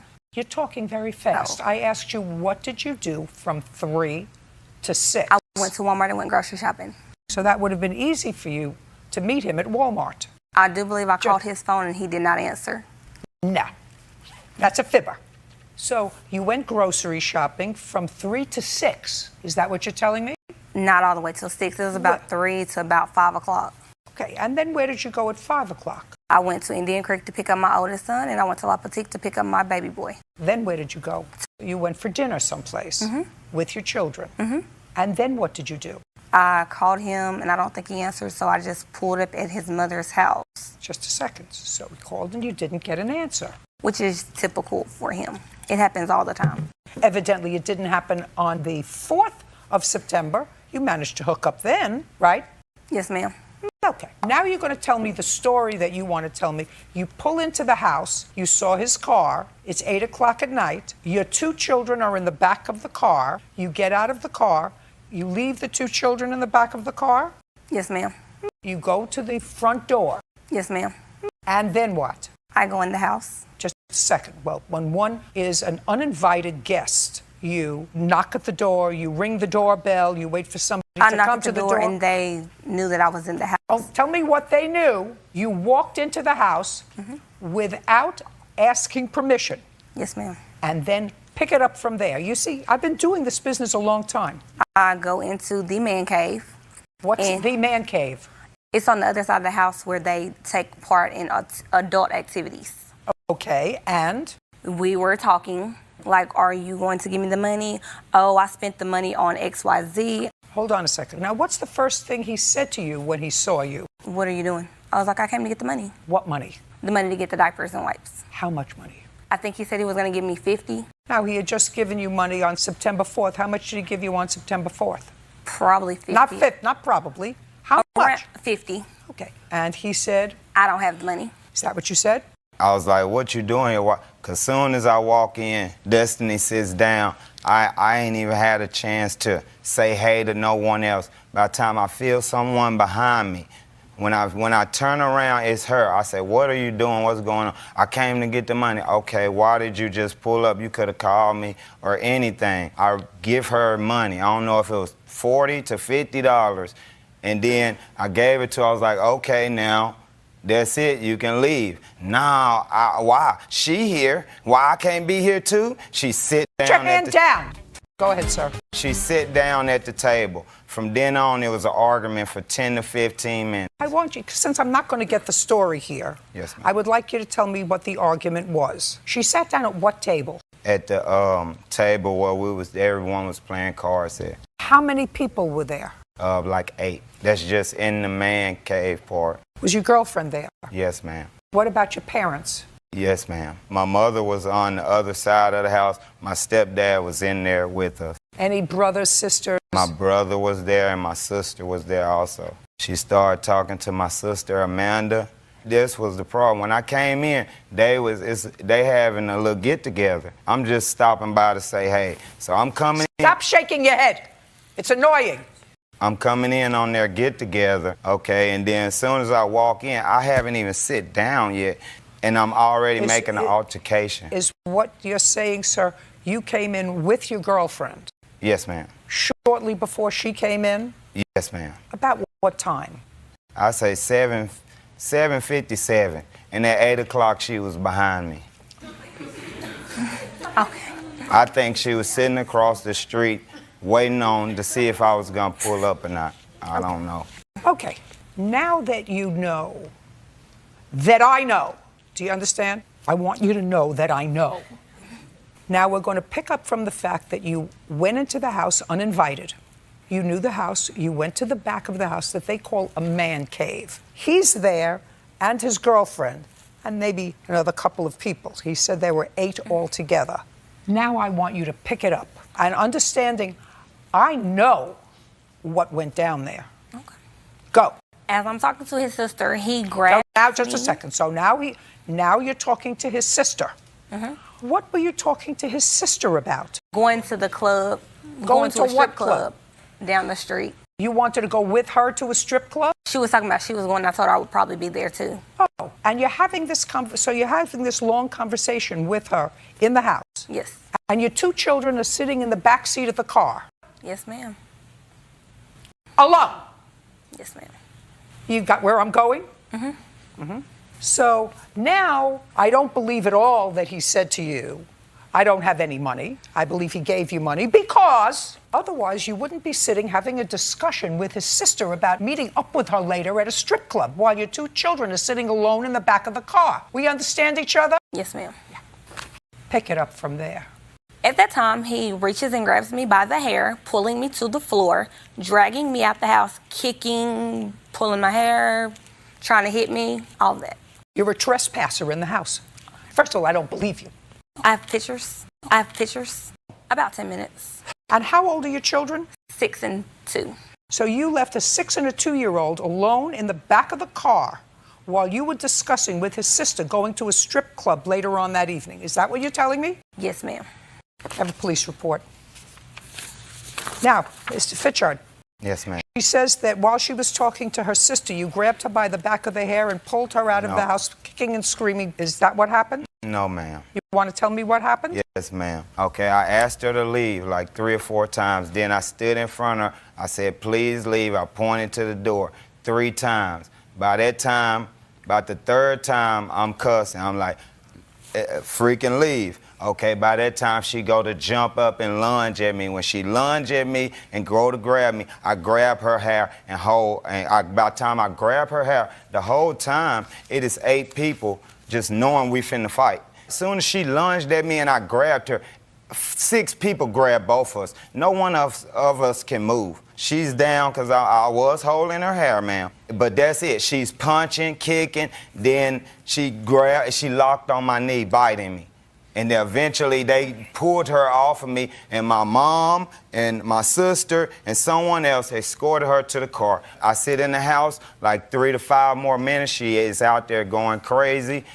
Both of us wants to leave, so I tried to leave, and she pulled her car in front of mine. That's what started the altercation where I had to turn my car around. Your car was in first. Did she pull up behind yours? No, ma'am. Where did she pull up, and where were the children? The children was in the back seat. She pulled up. It's like, okay, when the driveway go, it splits like this. I was right here. She pulled on this side behind another car. You were both free to leave at that point. Yes, ma'am. I'm going to tell you what I think, sir. Yes, ma'am. I think that she started all this trouble. There's no question in my mind she started all this trouble. I think that you exercised poor judgment when she left, when she was out of the house. What you shouldn't have done is gotten into your car in an attempt to leave while she was still on the scene. Yes, you ma'am. should have waited inside or called the police, let the police come, diffuse the situation. That was a mistake, because there's no question in my mind that she started this whole, yes, ma'am. this whole problem for which she's not getting rewarded. Yes, ma'am. Did you file for a protective order? No, ma'am. I didn't file the protection order because of our son. Don't tell me because. You didn't file a protective order because if you filed for a protective order, there would have been a hearing, a trial, and there were 8 witnesses to what went down that day. That's why you didn't file for a protective order or press any charges against him. Now, do you visit with your son? When we're not fighting, like... So this is what I'm going to suggest to both of you. Yes, ma'am. I think if the children live with you, the defendant should pay a regular amount in child support and have a fixed time to visit with his son on his own terms, not your terms. That means that one or both of you can go to the family court. You ask to be legally declared child's father, which is an order of filiation and a paternity order. You say, I want a fixed order of visitation. Do you work? Yes, ma'am. Do they pay you by check? Yes, ma'am. Great. You tell the court, this is what I make, this is what I earn. And you tell the court that you want them to take a support order right out of your check so that you don't have to have anything to do with her with regard to money. Okay. And you tell the court that I want a fixed order of visitation so that she doesn't dictate when you get to visit. The court tells her when. Yes, ma'am. Now, if you don't pay the support order, then they will first take your driver's license away. They'll do all kinds of things. They'll take your tax return, and then they could put you in jail. Yeah. She doesn't allow you to see your son when the court tells her to. They will take the child and give him to you. Okay. That's what will happen. Now, you made a baby, and you have the responsibility to support that child, and you have the right to see that child. And he doesn't want to see you anymore. And his sister doesn't want to go to a strip club with you anymore. And you should be a little more concerned about your 2 children, ages 2 and 6, in the back of the car alone at 8 o'clock at night after you've already had an evening out with your friends. You should be more concerned than who he's with and what he's doing. You have no connection with him anymore. We understand each other? Yes, I'm ma'am. done with this case. I'm done.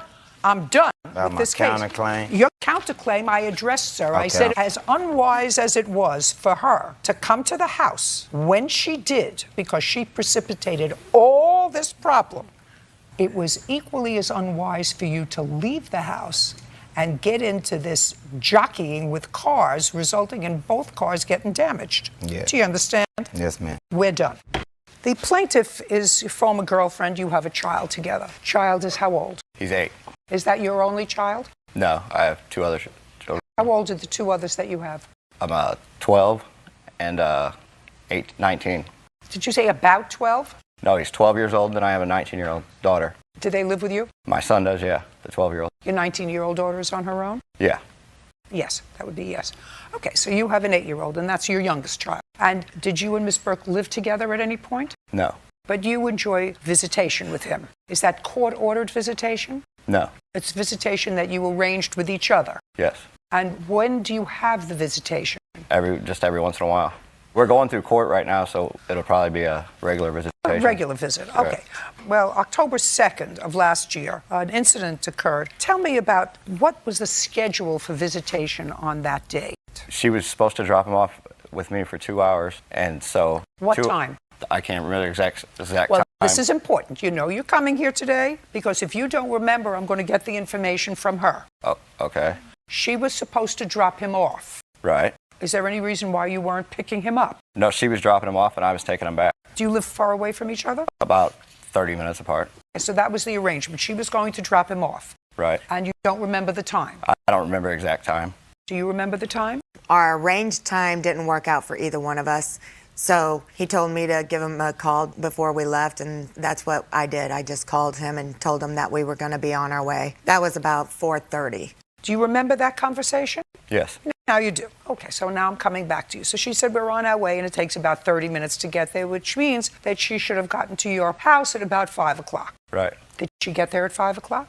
And what were you going to do with your son for those 2 hours? We just went and hung out, and I was going to take him to the park, but he wanted to shoot. I took him to shoot a BB gun. Did you discuss that with his mother? No, I sent her pictures of it, so she knew what was going on.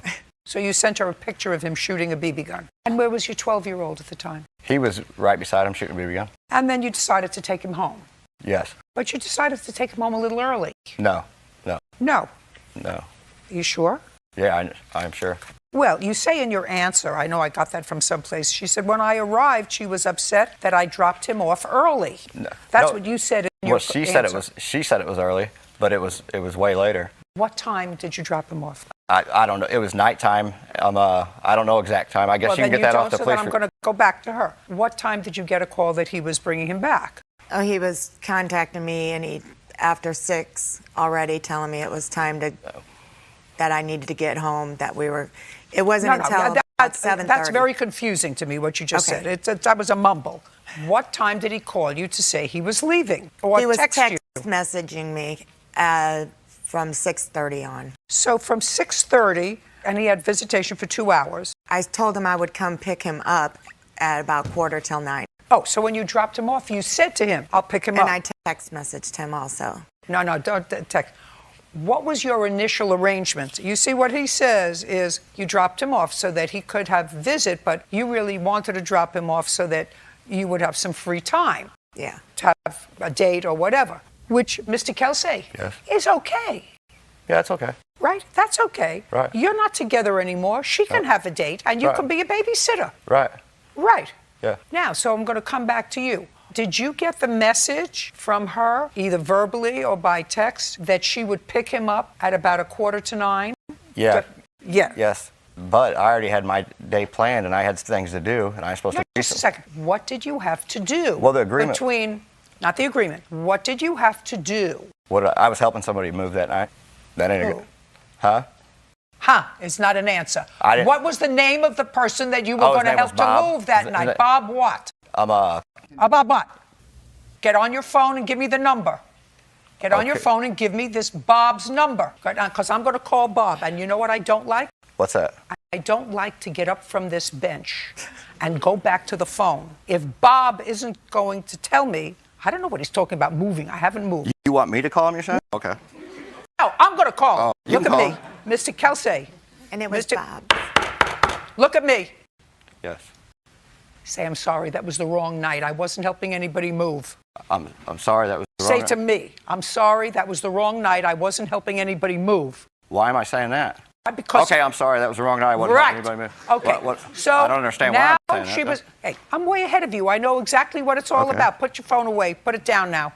I've been doing family court work for 40 years. Have you? I know exactly who you are, and I know exactly what she is. She wanted an evening out. She has, how many children do you have? One. One, an 8-year-old. So, be nice if the child was with his father for one night. She didn't have to worry about him. Maybe could have a date. And she said, and even though you were only supposed to have him, according to you, for 2 hours, I assume it's not a burden to have your 8-year-old son, sir?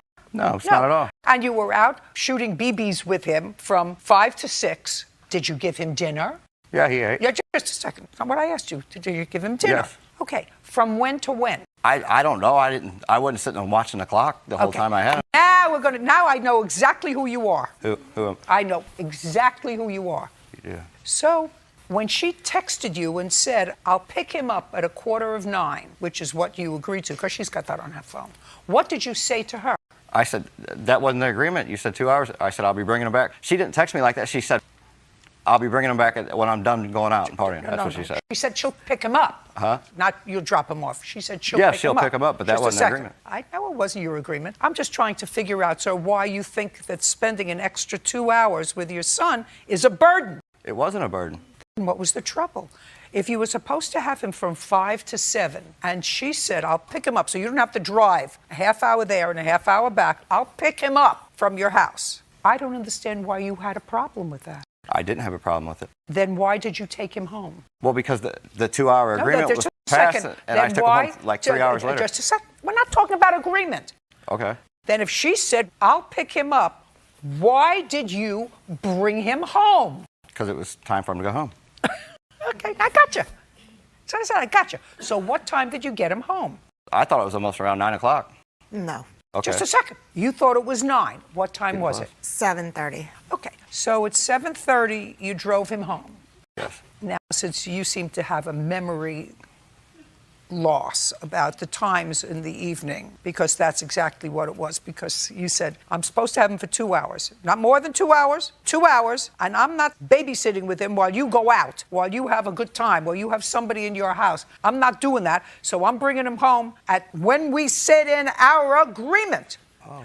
Just for my own information, Mr. Kelsey, prior to October 2nd, when had you last spent time with your son? Well, every time I go... Shh. I need a date. I don't know. Prior to October 2nd. Okay. When had you spent time with him? That would be sometime in September. When in September? September 31st. Is that right? It was about 2 years prior that 2 years? That you had taken him. She's not. That he had taken him and had some one-on-one time. He's talking about just swinging by. I'm not talking about swinging by. I wanted him to have one-on-one time. Just a second. Don't tell me what you wanted. You want a little time out. That's okay. That's okay. That's fine. These texts she's saying I'm sending, do you know, she gets on a text messaging app and makes these texts up. When was the last time? I've got my phone records. When good, was get the phone records. I want to know when was the last time prior to October 2nd that you prepared dinner for your son at your house? Prepare dinner for him at my house? That's my question. I've never prepared dinner at my house for him. She hasn't ever at her house either. She don't know how to cook. Oh. Okay. I don't. Very good.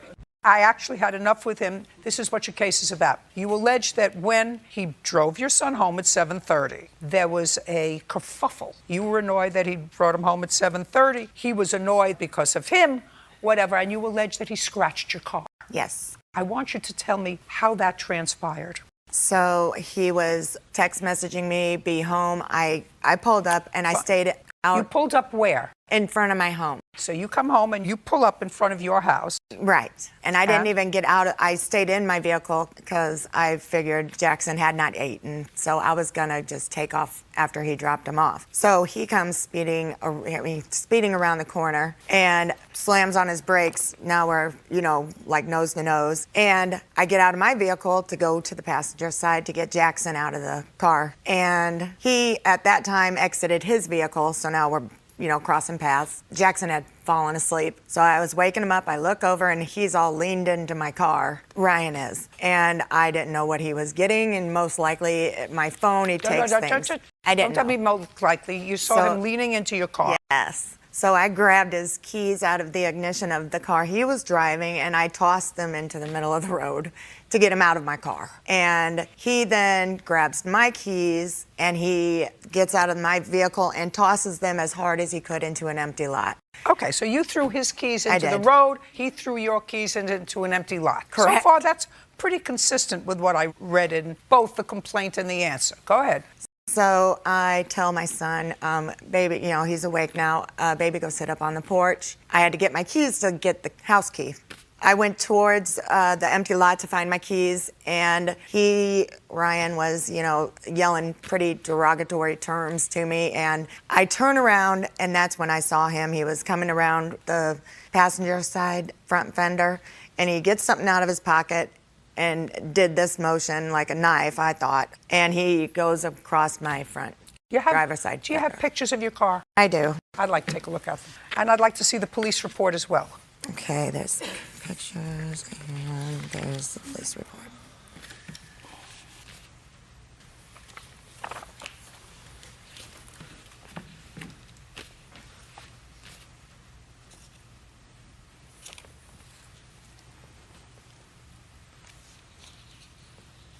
Did you ever file criminal charges?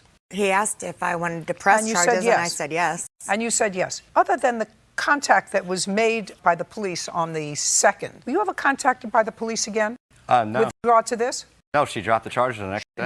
No, I didn't. Oh, Show me. Did she drop the charges? Yeah. How would I have that? The police? Well, then you I never got a warrant. You don't know what happened. Well, a warrant never came out for me. That doesn't mean she dropped the charges, sir. Well, she told me the next day she dropped the charges. I didn't know. Oh, no. Yeah. You are such a liar. Then how come I never got charged for it? Because they may have had other things to do than get in between you two idiots who had a fight in front of your 8-year-old. Yeah. Right. Right. Yeah, exactly. You have to pay for the scratches on the car, you fool. Every time I go around her, there's a fight. Fool. Hey, would you like to see some of her text messages to me? No, I don't want to got see any text messages from her. I think you're a big change your mind baby. about her. I think you're a big baby. Judging for the plaintiff I in could the play a amount couple of $549. We're done.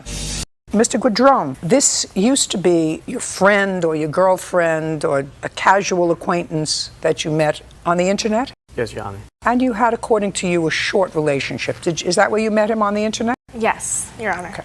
It's your claim that she vandalized your car once you ended the relationship. That's what the case is about. She vandalized your car by keying it. Ms. Perez, while she sort of acknowledges she was in the general vicinity of where your car was, said that she never touched your car. That's probably because you have a lousy character and many female enemies that somebody did that. So I want to ask you a few questions, and then I'm going to Ms. Perez because I've read her answer very carefully. You did write an answer truthfully, correct? Yes, Your Honor. Great.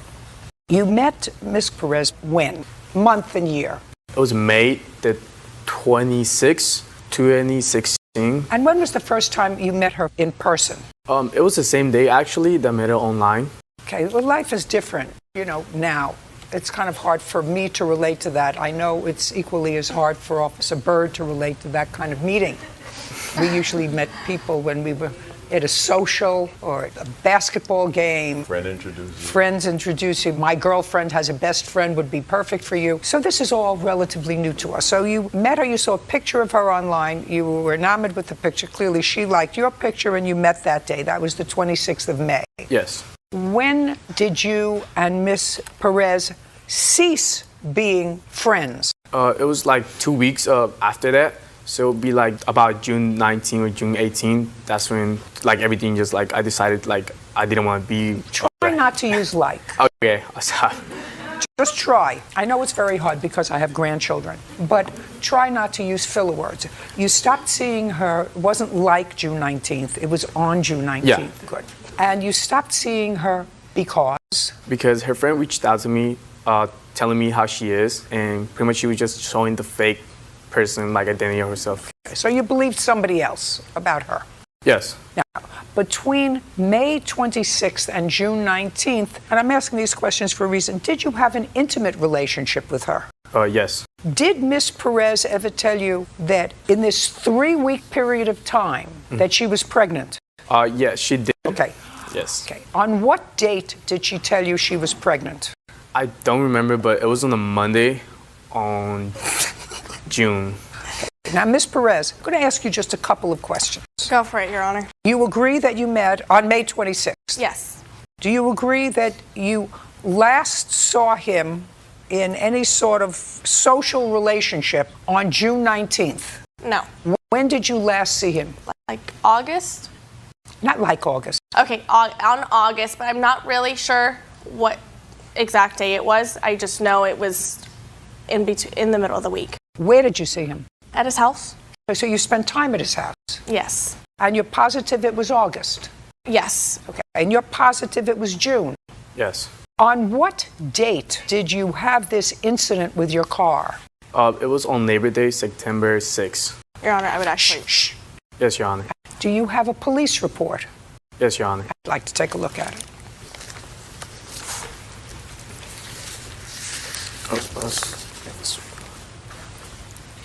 Both of them? Yeah, all three of them. This should be 3. Thank you.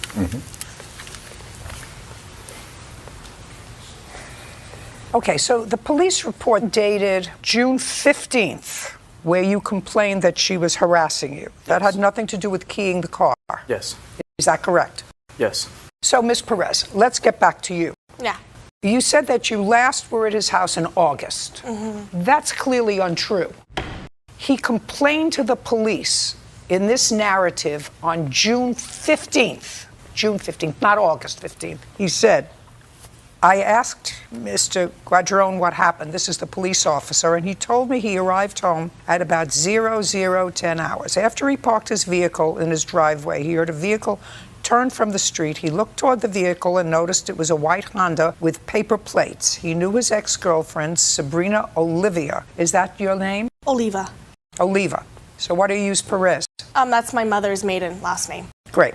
He knew his ex-girlfriend, Sabrina Oliva, had a similar car. He got into his car and followed the Honda Civic as it drove away. He caught up with the vehicle and saw Oliva driving the vehicle. He recorded the incident on his cell phone. He returned home and contacted the police. He told me he dated Oliva for about a month. He broke up with her, and we're talking in June, not August, and he told me she has been harassing him ever since. I called her on the phone, this is the police officer, and asked her what happened. She told me she dropped off her friend who lives on Maple Street. Is that you? No, that's not me.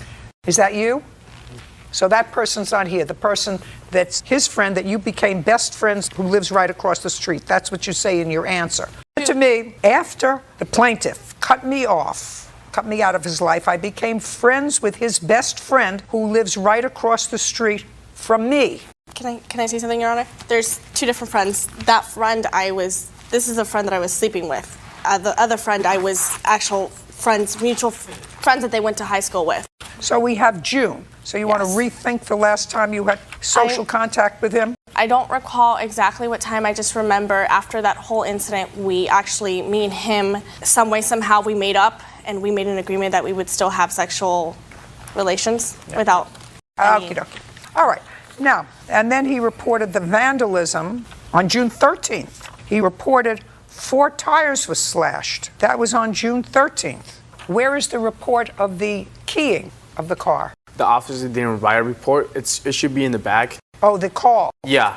The call. Yeah, he didn't report Got as a it. criminal. And this call came in on September 8th. Yes. Okay. Now I'm going to turn to you. Now I've got some idea of what's going on and who's a lunatic and who's not. So you want to tell me on the date of this incident, which was what date? September 6th. You were at a friend's house. Yes. And what's his friend's name? It's Isaiah's and Joelle. You went to Isaiah's house. And at some point, Isaiah asked you to leave, according to you. Yes. And the reason he asked you to leave is because the plaintiff was coming to the party. Mm-hmm. No, uh-huh. Yes. That would be a yes. So he said to you, I really think it's a good idea that you leave because, what's your first name? So he said to you, I really think it's a good idea that you leave because, what's your first name? Brian. Brian is coming. I don't think it's a good idea that you be here. Now, when you left, did you leave by car? Yes. Where did you go? Across the street to my house. So you got into your car to drive to your house across the street? Mm-hmm. He lives in like a high-rise building, and then I lived in condos. I lived in a condo like right next door. It's like a gated condo. So I can't just walk there. And you went to your house? Yes. At what time? Around 11:30. In the morning or at night? Night. Was anybody home when you got home? Yes. Who? My father. But then you decided to go back out again. Mm-hmm. Not a That's not Yes. Yes, Your Honor. And where did you go? I went back to Isaiah's house. Isaiah's house. At what time? It was really very shortly after that, like around 11:45. So you went home for 15 minutes and then you went back to Yes. Isaiah's house. And in order to get back to Isaiah's house, you had to go to your parking space, get your car, Yes. go to Isaiah's house, who lives in a high-rise, find a parking space. No, there's where everyone parks. It's just like a big parking lot. And what did you do there? They asked me to come back. And, Who asked you to come back? Isaiah's. Isaiah called you. Isaiah called you. Texted. Texted. I'd like to see that. Oh, I deleted all of their messages. Why would you do that? We were all arguing. There was a big fight after that. Well, that would be all the more reason to hold on to the text messages. I have a couple of screenshots of when Brian reached out to me about the whole incident, but I went back there mostly we were all friends. I mean, I made mutual friends. You weren't friends. They asked you to leave. When you came back and you drove over there, did you go back into the, just pay attention, did you go back into the house? Just a second. No, I didn't. I picked up another friend of his. Just a second. You did not go into the house. I didn't. Well, which friend texted you? Joelle. Joelle texted you? Yeah. I'd like to see it. I don't have anything of that.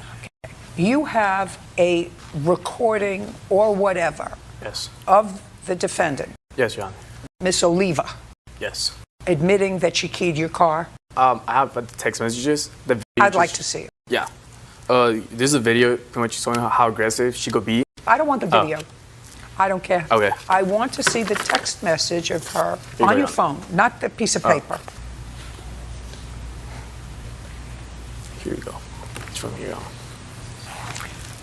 And while I'm looking at that, would you give me an estimate on photographs of the keying of your car? Yes, Your Honor. Your Honor. What? I just wanted to point out that when he reached out to me because I have a copy of it too, at 1:50, that was the first time that I have heard from him in months. So main reason why I mostly responded back, as you can see, is I didn't even talk about the car. Just a second. You just said that this is the first time you had heard from him in months. This No, isn't not in months. I meant in this is in September. You told me that you broke up with him in August. We didn't break up in August. We broke up earlier than that, but we were still having sexual relationships after that. Just a second, but according to you, you told him early on that you were pregnant within the first couple of weeks. How does somebody know they're pregnant within the first couple of weeks of a relationship? I found out I was pregnant in June 4th, 2016, which I have a picture of my pregnancy test with the date on it. Second. Listen to me carefully, brain trust. You acknowledge that you met him on May 26th. So if you were pregnant and it showed on June 4th that you were pregnant, not possible. The doctor even confirmed it. Oh, you could be pregnant, but he's not the father. Fool. So the car belongs to who, your mother? Yes, my mother. Okay. Who are you? Sabrina's friend. Stand up.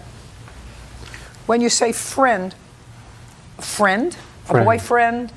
No, just friend. You've been her friend for a long time? Few months. Few months? Months, yeah. You still living at home with your father? No, Your Honor. Who do you live with? Just roommates, big house roommates. How do you support yourself? My mother pays my bills. Your mother pays you bills, but you were living with your father. My father took me back in after I broke up with him just because he broke up with him. You were with him for 2 weeks. Well, yeah. After we ended our little fling, he had girls try to get back at Listen me. to me. I don't care. I know you don't. I don't care. I know you I don't don't. care. I'm asking I know you. you You don't. live with your father, but your mother pays your bills, and I'm just questioning that. Yeah, my mom pays my bills. Great. Judgment for the plaintiff in the amount of $1,800. We're finished. What is excuse me, Mr. Mr. McDonald, I'm going to start with you, sir. Okay. You and Miss Perez worked at the same place. You were the manager of the place where you worked. What kind of facility was that? It's a check cashing. You were the manager, and what role did you have there? You were selling a car. I was assistant manager. That is correct. And Miss Perez and you came to an agreement that she was going to purchase the car. When was that, Mr. McDonald? We started talking about it probably about August 11th, 2016. Did she purchase it in August of 2016? Yes, she did. And she gave you a down payment? That is correct. How much? $2,500. And the agreement was she was going to pay you $200 a month. The agreement was that she would give me $100 every payday, which would be $200 per month, some months $300. And in the month of September, did the payments start immediately in September, or were they delayed until October? No, ma'am, they started till October 1st was her first payment. Did she make a payment in October? Yes, she did. Did she make a payment in November? Yes, she did. It was late. Okay, but she made a payment in November. That's correct. Did she make a payment in December? No. Do you have any proof that you made a payment in December? No. Then you didn't make the payment in December. Why did you not make the payment in December? I spoke with Larry and I let him know that my daughter, we had a situation out of town, and he was okay with me not making a payment. And I told him I'll make up for it in January. Did you make a payment in January? Yes, I did. Did she make a payment in January? In January, yes. Okay, January what? January 19th. And how much did she give you in January? $200. Had she had a discussion with you in December about some emergency that she had? She had a discussion with me to tell me that she needed time off work to take her daughter back to see her aunt and that she would be back at a time, but did not. Did she tell you well, you must have asked her what about the car payment for December? Yes, and she said she was going to be making it.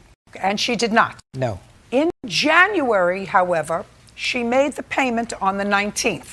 That's correct. And on that same day, when she made the payment, you repossessed the car. Is that correct? That is correct. And you didn't tell her when she made the payment to you that you were repossessing the car because you knew, according to you, that she was going to be fired from her job the following week. Is that correct? That's what you say. That's correct, but the fact is that she only had made, up to January 19th, had made 2 payments, so she was 6 payments behind. No, Yes. sir. Yes, she Not was. according to you. No? I just asked you those questions, sir. I said, did she make a payment to you in October? Which You she said did, you were one paid. payment. You asked me if she made a payment, and I said yes, she made one. She made 1 payment in November. Of how much? $100 each, both times. So she made $200, and she was supposed to pay you how much? $400. $400 a month. That's- So $200. No, okay, let me back up. October, she should have paid me $200, $100 for each pay period. Just a second. So she paid you $200. No, How much did she pay you? $100. Okay, so she only made 1 payment in That October. is correct. Got it. Now I got it. You have proof that you made 2 payments in October. Question. There's a question before you. Did you make 2 payments in October? No. In November, how many payments did she make? 1 payment of $100. Do you have proof that you made 2 payments in November? Because you were supposed to make 2 a month, right? Well, then he had every right to repossess your car. Because what he said was, initially, I said, well, if she made her payments in October and November, she missed December, but then she paid in January. She gave him $200 in January, and he took the car back right after the payment. That sounds a little sketchy. But you didn't pay him in October. You didn't pay him in November because you owed him money in both October and November. You didn't pay him at all in December, and you didn't pay him in January until January 19th. What did you expect him to do? No, Give you a gold star? I did make 2 payments, but I made 1 payment in October. You made a payment of how much? $100. In October, no, 135 plus 115 because we went half on the thermostat that went out. So I made a care. payment. Listen to me. I don't care about the thermostat that went out. Okay. You were supposed to pay him $100 a pay period. Yes. How many payments did you make him? I made make one payment of $250 in October. $250. Show me. I can show you the text that I text them, and I can't show you because November. Nope. Well, you knew you were coming to court today, madam. This is your case. What you're suing him for is all my the money. evidence was in the Jeep. I had receipts like this in the Jeep. I didn't think my Jeep was going to get taken, so I don't have evidence. I don't want to say yes, I did when I can't come here and prove it to you. But everything's in the Jeep. No, there wasn't. Shh. Sorry. Shh. There was nothing in the Jeep that was not given back to her. Everything that was in the Jeep is... Sorry, Miss Perez. Your Honor, there is a few things that still Sorry, in the Miss Jeep. Perez.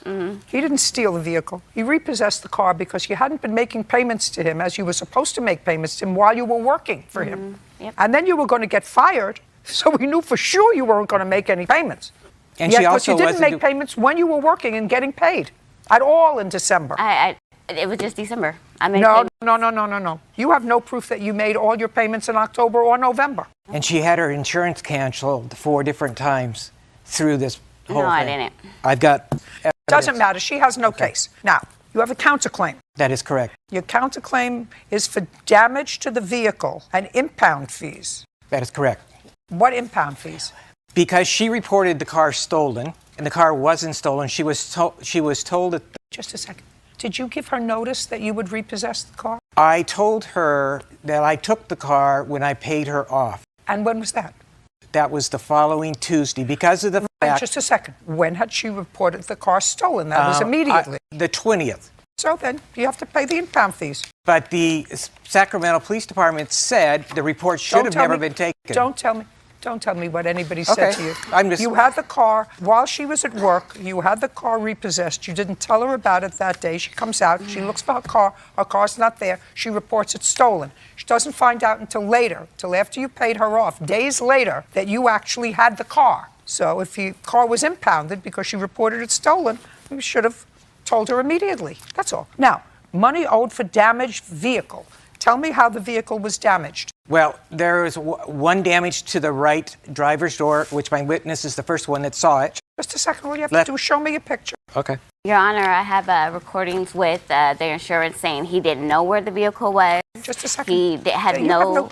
Listen, you have no case. You didn't make your payments. I just don't. I made payments. I just don't have proof. I'm sorry. Because it was repossessed, and he's not going to give me his credit card statement. If you get his credit card statement, it will Madam, show. you acknowledge you made no payments in December, and you didn't make any payments until January 19th. For January. No. And that has nothing to do with January October and November. was for December that I talked to him about. In October and November, I only made one payment. You asked me if I made two, and I do have proof. I mean, and it's. You don't have proof. I don't, because he's repossessed his car, which has all my evidence in it. How's that fair to me? Well, that's unfortunate. It is unfortunate that he lied to everybody. Next time, keep better evidence. Yes. I can't see what you're pointing to, sir. I can't see what this is. You can see the dent right in the center of the picture. Can I? Talking about here? And here's the. You're talking about right there. here? Insurance payments. I've been paying insurance. Proof. I don't care if you've been paying insurance. You weren't paying him. Yeah, I was. You have proof that you're paying insurance. Yeah. You should have proof that you were paying him. How did the car get dented here? I don't know. I wasn't pointed out it. He pointed out to me. Oh, well, actually, Marie pointed out to me. And I told him when I was on the freeway, I heard a dink, but didn't notice anything until she pointed it out. It looks like a rock or a ball, or I'm not sure. I'm not sure it might have been on there before. Just a second. You saw this dent? Yeah. Good. Stand up. Did you see how it happened? No. No. She doesn't know how it happened either. But I know the car how it was when Larry gave it to her. Mm-hmm. And so when I came to work and it was literally 70 feet away from me, I said, what is that dent? What, it looks like somebody hit a car door onto hers. That's what it looks like. Yeah. It doesn't look like there was an accident. No. It looked like somebody hit their car door into hers. Or it looks like or someone a ball, took a foot. or a ball, right? Something. That's what. So, what do you want? Your case is dismissed. Your counterclaim is for the missed payments. No. No? My countersuit is for the insurance to fix the vehicle. Why is mine dismissed? Why? I just told you why. I told you 4 times because you have no proof that you paid him in October and November what you were supposed to pay him. You acknowledge you didn't pay him at all in December, and you didn't offer a payment until almost the end of January. Don't speak. That's why your case is dismissed. He had every right to repossess the car. Do you understand? Use the $2,500 deposit to fix the door. You got it? Perfect. We're done. Well, this is actually a pretty confusing car case, even for me. So maybe, Mr. Cormier, you can make it easier for me. You purchased a car from Mr. Bolsh. When? Month, day, and year? It was September 18th, 2014. And you had not known him before? No, ma'am. Mr. Bolsh, what kind of work do you do, sir? I'm in the oil field, oil and gas. And do you have your own company, or do you work for somebody? No, ma'am, it's my own company. And how long have you had that company? 10 years. Prior to that, did you work for someone else? No, ma'am, I had another company. Same kind of business? Yes, ma'am. Different location? Yes, ma'am, Laredo, Texas. Mr. Bolsh, I'm going to ask you a series of questions. I just want to figure out who you are. Who is this young man? This is my son. You live with your son? Do you have family? What are the children? Yes, ma'am. I have 5 sons and 3 daughters, and 2 foster kids, David and Diana. Have you ever been convicted of a felony, Mr. Bosch? No, ma'am. Have you ever been convicted of a misdemeanor, Mr. Bosch? No, ma'am. I'm asking you these simple questions because somehow Mr. Cormier seems to think that you scammed him out of a car that you sold to him on the 18th of September 2014. So I'm trying to get an idea of who you are and whether this is something that was a typical thing for you to do. Now, what kind of a car did you sell him, Mr. Bosch? It was a Mustang. Had you had it for a long time? A couple of years. How old was it? I guess it was around 10 years old. And how much did you sell it for to Mr. Cormier? $3,500. So far, we are correct, Mr. Cormier. So far, correct. And you didn't know him before? No, ma'am. You saw the car parked in the street? No, I bought it off of Craigslist. And you looked at it. And when you went, you gave him cash for it? Yes, ma'am. He doesn't deny that he gave him cash, and he gave you the car. Yes, ma'am. Did he also give you the title to the car? Yes, ma'am. So you had the car and the title. Yes, ma'am. And it was titled in his name? Yes, ma'am. And he signed the title over to you? Yes, ma'am. All right. Now you can pick it up from there. I can probably need a little bit of help. I got incarcerated about 4 days afterwards. It was at my mom's house, and she was trying to sell it. She knows a little bit more as far as details. Fine. So you were incarcerated for how long? 14 or 15 months. So you don't know what happened to the car after 14 or 15 months yourself? No, ma'am. But you were in touch with your mother for Yes, those ma'am. 14 or 15 months. Okay. Now step up. Your last name is? Cormier. All right, Miss Cormier. Now, your son is incarcerated for a year and a half. He has this Mustang that he has just purchased for $3,500. Pick up the story. Why is Mr. Bosch here today? About a week or so after my son was incarcerated, I think it started raining. The Mustang had holes in the roof, and I had no key to it. The key was with my son down in Galveston, about 250 miles away. He suggested I contact Mr. Bolsh to see if he have a spare key, which he did. We met at his office, got the spare key. I explained to him I wasn't really sure about what I was going to do with the title. I needed to know the disposition of my son's case, if I would put it in my name, if I was going to sell it. You know, there was lots of different variables going on. And so we had faxed each other, had called each other on the cell phone. I got the key back. Bottom line is your son never registered the car in his name before he was incarcerated. Right. The title is in your son's name. Correct. And you did not register the car. No, ma'am. Okay. And he, Mr. Balsh, gave you the spare key that you requested. Mm-hmm. What's next? Probably a month or so later, my son's girlfriend, a friend of hers who lived with her dad, wanted to buy the vehicle on payments. And then about a month or so later, and I relayed that to Mr. Bolsh. He has nothing to do with it. No, he doesn't, but I just wanted to let him know what was going on. Well, I don't know why. I don't know why. There would be no reason to let him know somebody else wanted to buy the car. Right. On payments. And the car is no longer his. He has turned over the title to your son. I'm assuming, I thought maybe he may want to know why he hadn't received the, they send a copy of the title, I think. Oh, you mean because it had not been taken out of his name yet, despite the fact that he had turned it over to you. If you or this girl that was wanted to buy it on payments drove around with it and didn't register it, if the car got into an accident, his business is liable. He's liable. His children are liable. His family is liable. So you... It was a courtesy on my part, I believe. It wasn't a courtesy. The right thing to do had been to register the car so that he, who had sold you the car, no longer has any liability. Now it's your liability or your son's liability. But then you were going to increase his liability by selling the car to someone who wanted to buy it on payments. Did you sell it to that person? I never fully got to. He asked to take it to a shop, which he did. He gave me $300 or $400, and I haven't seen it. This person named Adam. He lived with my son's girlfriend's father. He did his paperwork, his books. He took it to a shop in a little town, supposedly outside of San Antonio, to his shop to have it looked at. I haven't seen it since. He was arrested soon after that. And? Well, that's the car. Disappeared. Just a second. And so I started looking for it. Just a second. I started looking for the vehicle. I've got search results. I drove around looking for it. So now, because of both of your irresponsible behavior, I'm just following this because of both of yours, his and yours.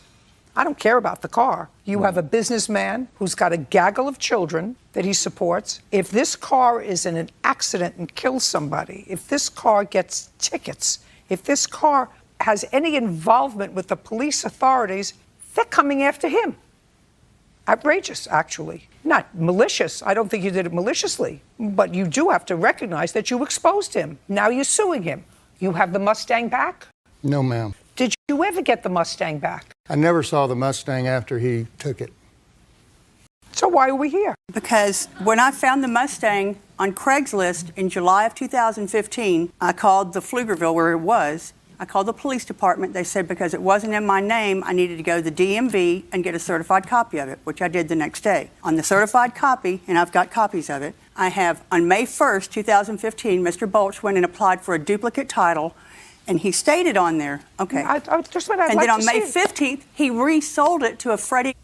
He resold a vehicle that was not his. Well, somebody with his name did that. And maybe it was Adam. Adam is in jail. He's in prison. Just a second. Or maybe Adam's mother. Oh, who knows? Looks the same. No, ma'am. I'm sorry. I'll take a look. Did you resell the car? No, ma'am, I did not. Did you apply for a duplicate title? Yes, I did. Okay, when? Tell me when you applied for a duplicate title and why. I guess that was May 1st, 2015. Yes. And my son David can, he was at this time involved. Just a second. Okay. Do you know what happened with the duplicate title? Yes, ma'am. Once we got the duplicate. Why did you get a duplicate title? She had called us. You mean Mrs. Cormier? Mrs. Cormier had called us, informed us that she had lost the title. No. Once that had happened, I'm sorry. My dad had then gone to the DMV. Just a second. She said she lost the title. Yes, ma'am. She said. Oh, just a second. Well, if you gave Adam the car to take to his shop, listen to me carefully, Yes, Ms. Cormier. Yes, ma'am. I'm If sorry. you gave Adam the car to take to his shop just to look at it, you would not have given Adam the title to the car. No. I'd like to see the title to the car. Yes, ma'am.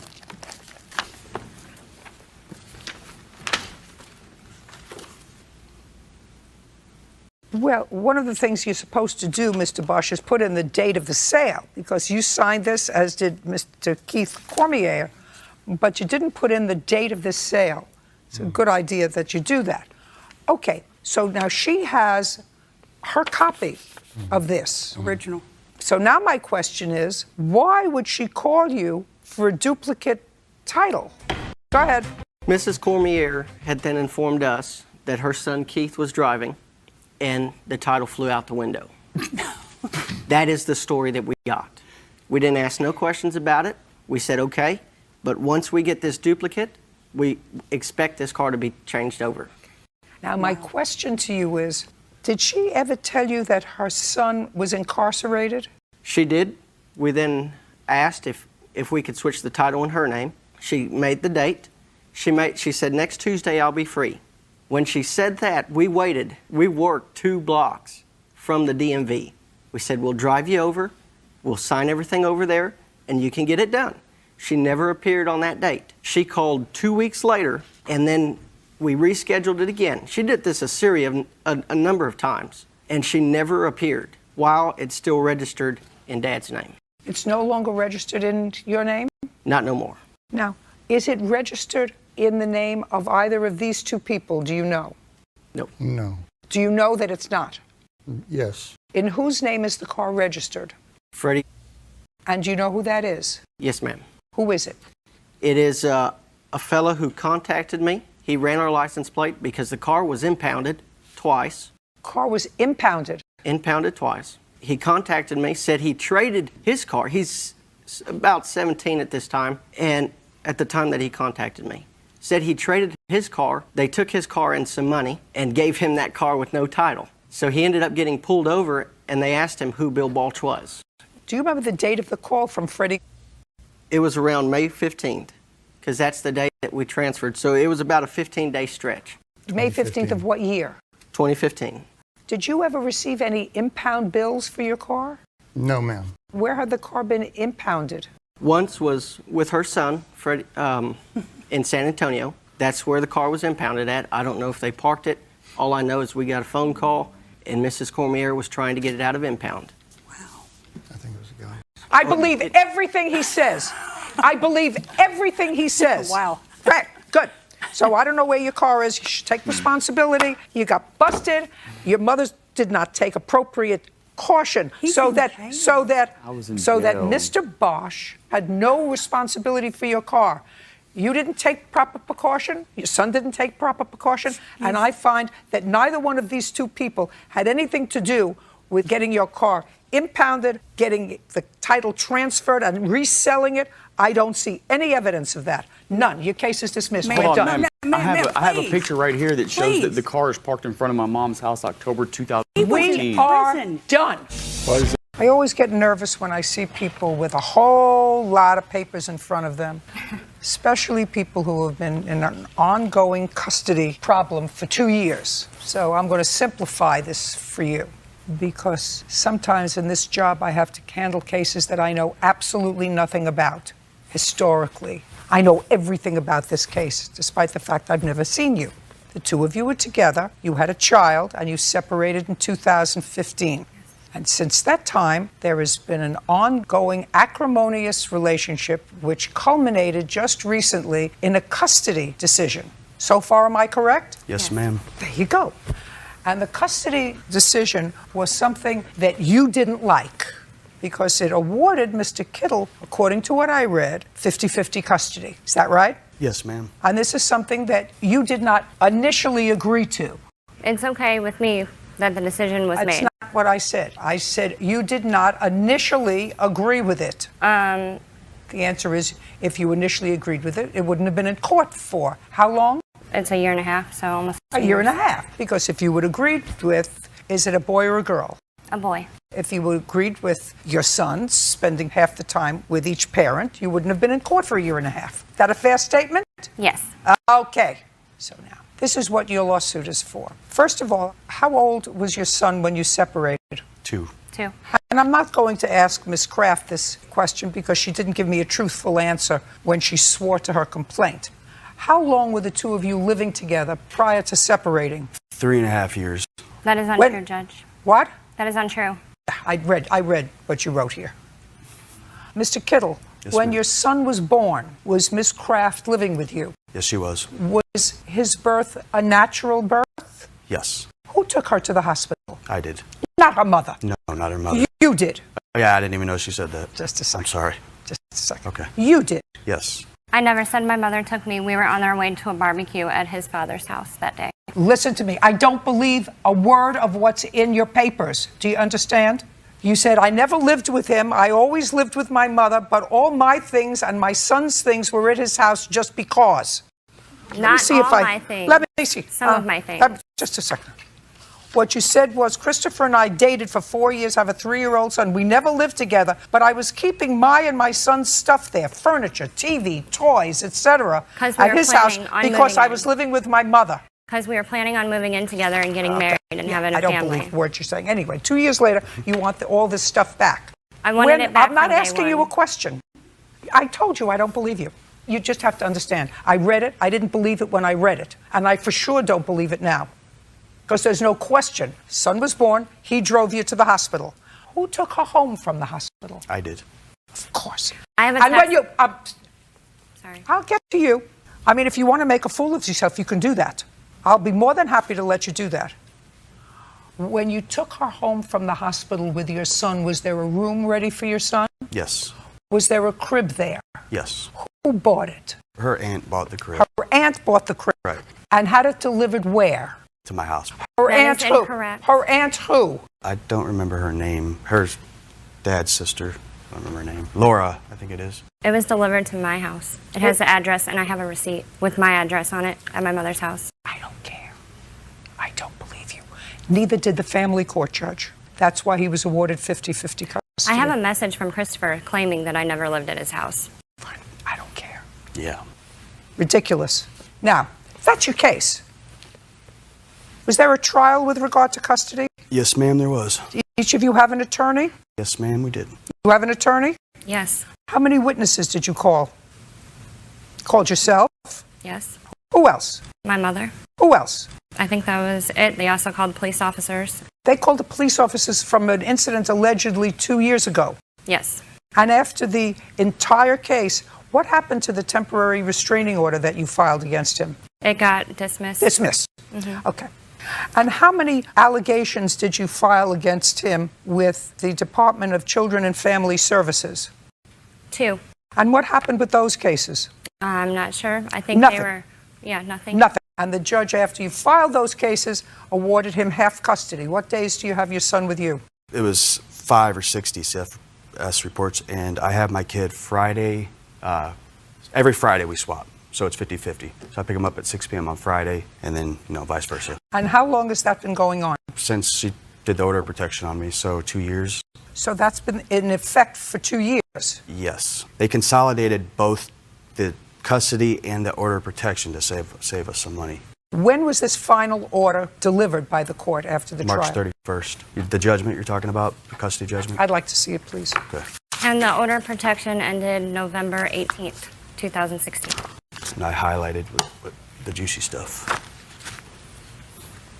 And I never objected I'm not to s- the 50. I'm- Sorry. These were the findings of the court after a full trial. Although the parties never married, they lived together for the first 2 years of life and were engaged to be married. They split up in the fall of 2015, and mother moved in with her mother. After this case was filed, a temporary order of protection which provided for week on, week off parenting time. So that's what the judge found. I didn't even read this.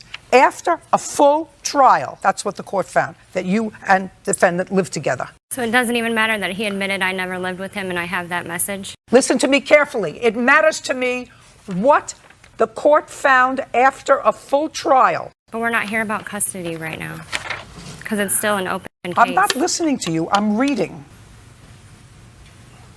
You have another child from another relationship who was living with whom when you were living with Mr. Kittle? With me and my mother, and we'd stay Okay, the night so at the Mr. child- Kittle's house. I can't get a straight answer from you. Who was the child living with? With me. Her older child. Yes. He was not. He was I'm not attending listening to school in you. Belleville. He doesn't have any proof that I was living with him either, and I have Very proof good. Your that I case is wasn't. dismissed. Primarily because you didn't listen 3 times when I told you not to speak. But mostly because you have no case. And you better get used to the fact that when you make a baby with somebody, that baby has 2 parents. I understand. Not just, no, clearly you don't. Clearly you don't. Because after everything was done and you got a final custody decision, which I haven't even finished reading, but it was clear that the judge didn't believe a lot of what you said from my quick perusal of this decision. What happens, unless you learn to get along with each other and co-parent this child, is, and I'm telling you from reading what little I did from this judge's order, he's going to end up with full custody of the child because this judge is not going to take nonsense from you. It's clear to me. I'm just telling you, this judge who heard your case is not going to take nonsense from you.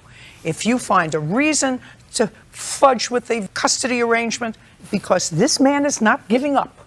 And what happens in situations like this is if there is an obstreperous parent who undercuts another parent, what's going to happen is you're going to lose custody of this child. I just want you to understand. I'm giving you the benefit of my crystal ball. He's keeping all the stuff that's in his house. Even though the I have judge found receipts. I don't care if you have receipts. I don't care if you have toilet paper from here to Pluto. The judge found that you lived together and that you were unemployed since 2008. Do you want me to read the finding? Yes, my mother bought just all the right items. here. I even have Just- bank statements. Mother lives in Belleville with her mother, her brother, her 8-year-old son was born of a previous relationship. Mother is a student. She was last employed in 2008. So a that when you were full-time living with student. him, when you were living with him for 2 years, unless you had some other form of income, he was supporting you. My mother. Your case is dismissed. He Listen to me. never- Listen to me. he Her never case supported is anything of mine. dismissed. I got to Listen to me carefully. I read your counterclaim, which you would never have filed but for this ridiculous lawsuit that you filed. No. Am I correct? Yes. Because I just wanted it to be have- over. What? You want it over. Right. I understand that, Right. and you're right. I just want my She's- property. You can't have it. It's not yours. It is mine. I Your have case is receipts for it, dismissed. and it We're was done. paid Put her for. out. Ma'am, you're excused. You're withdrawing your counterclaim, correct? Yes, you are. Oh, well, the Perfect. deductible. Can I just. We're done. Okay, thank you. Thank you. Mr. Burns, this is your complaint. You had purchased a car. Yes. You were behind in the payments. Yes. Mr. Kimball owns a tow truck, and it is his job on behalf of lending institutions to repossess property that has not been paid for. So your car was parked either on the street or in your house. Yes, in front of my house. And this was September 25th last year. Neighbor came to you in your house and said, someone's taking your car. You got outside and you saw Mr. Kimball in his tow truck down the street with your car attached. No. Tell me where you saw his car. I observed Mr. Kimball at the end, like a block away on the passenger side of my car, removing items. At the same time, I was talking to the police when the neighbor had came and got me. I live in a high crime neighborhood area, and first thing she said, it's a black tow truck, and they took your car and went and rode off. So the car was attached to the tow truck. Yes. That's what I said. Yes. Now, at the time, you knew that you were behind in payments on the car. Actually, I had spoken with the guy who... At the time, you were behind in payments on the car. You acknowledge it. Yes, I knew I owed something. Right. So, an intelligent man would know that if you were behind in payments on the car, they may come and get it. Not definitely, but they may come and get it. Well, that was what he was hired for. Who hired you to do this job? Northwest Repossession. Do you know who hired Northwest Repossession? The company would be Quality Auto Sales. Did you buy your car at Quality Auto Sales? Yes. Well, they're the people that hired his company to get their property back. So tell me what you did. Okay, when I observed Mr. Kimball at the end of the block removing items, I caught him on the passenger side of my car. At the same time, I was talking to 911 because I figured my car was being stolen. I had spoke to the person who I previously bought the car from, and everything was fine. I don't believe that, and you don't have that person here. Okay. Okay, because the person that you bought the car from hired his company to repossess your car. Okay, at the same time. Okay. So now, just tell me what you did. Okay, I talked to the police. I asked him who was he. He never identified who he was. Just a second. I want to know what you did. You ran to the end of the block where he was. No, we drove to the end of the block and I observed him. Who drove? My wife did. So your wife drove in her car? Yes. To the end of the block, and then what did you do? I was on the phone with 911 and I told them that I see the guy right there. Just a second. I didn't ask you what you told anybody. Okay, I didn't do anything. Did I approached him and asked him who was he. Just a second. So you approached him? Yes. Where was he when you approached him? The passenger side of the car. And what did he say to you? He didn't say anything. He just got up and ran around to the driver's side of the tow truck. And by me living in a high crime neighborhood area, if he would have told me who he was, the situation would have been ended. He didn't identify himself or who he was or who had sent him. It's normally known in my neighborhood. I just live in Chicago, high crime area, and they known for taking cars on tow trucks and driving off. You never find your car again. I asked him who was he. He never identified himself in a professional manner. So I proceeded to talk to the police. I'm like, he right here. He tried to run around and jump in the car.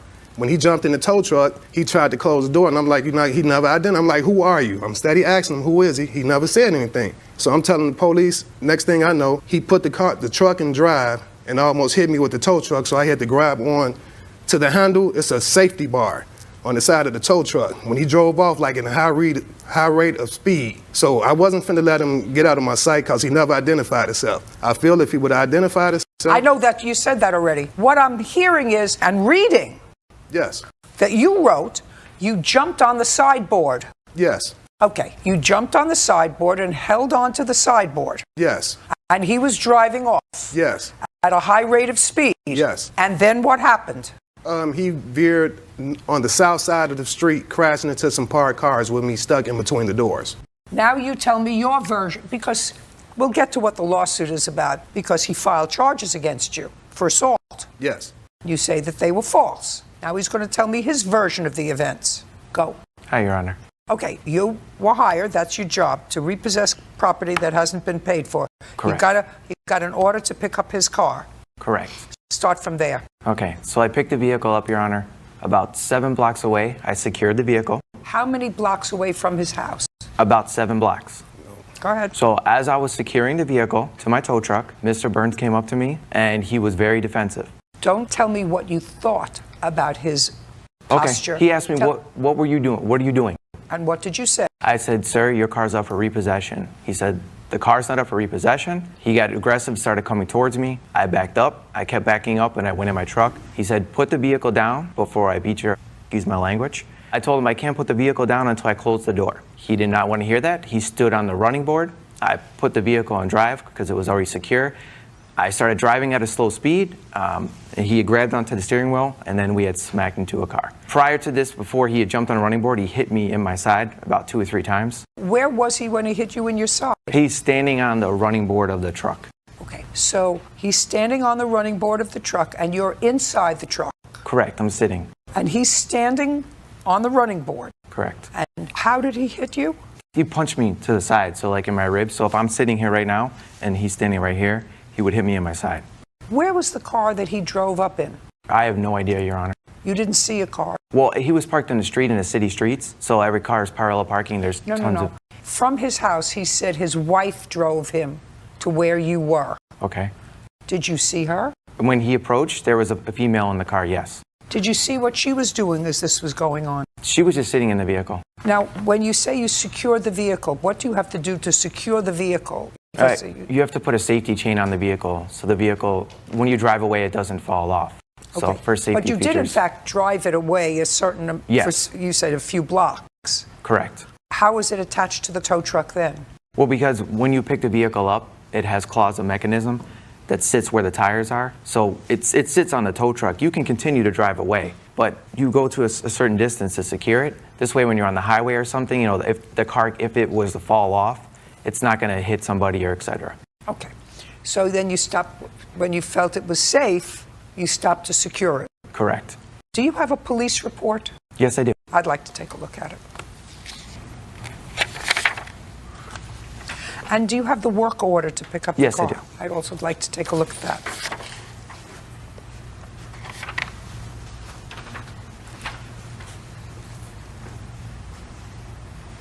Do you have any other police report?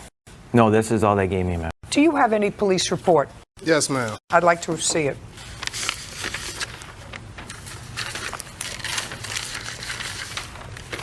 Your Honor, may I say something? Yes.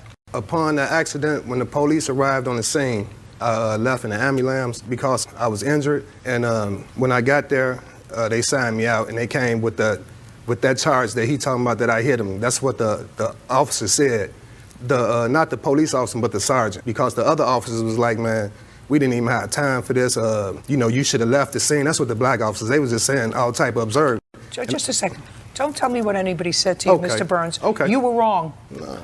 You were wrong. No, He ma'am. had authorization to take, just pay attention. Okay. He had authorization to take your car. You had no business.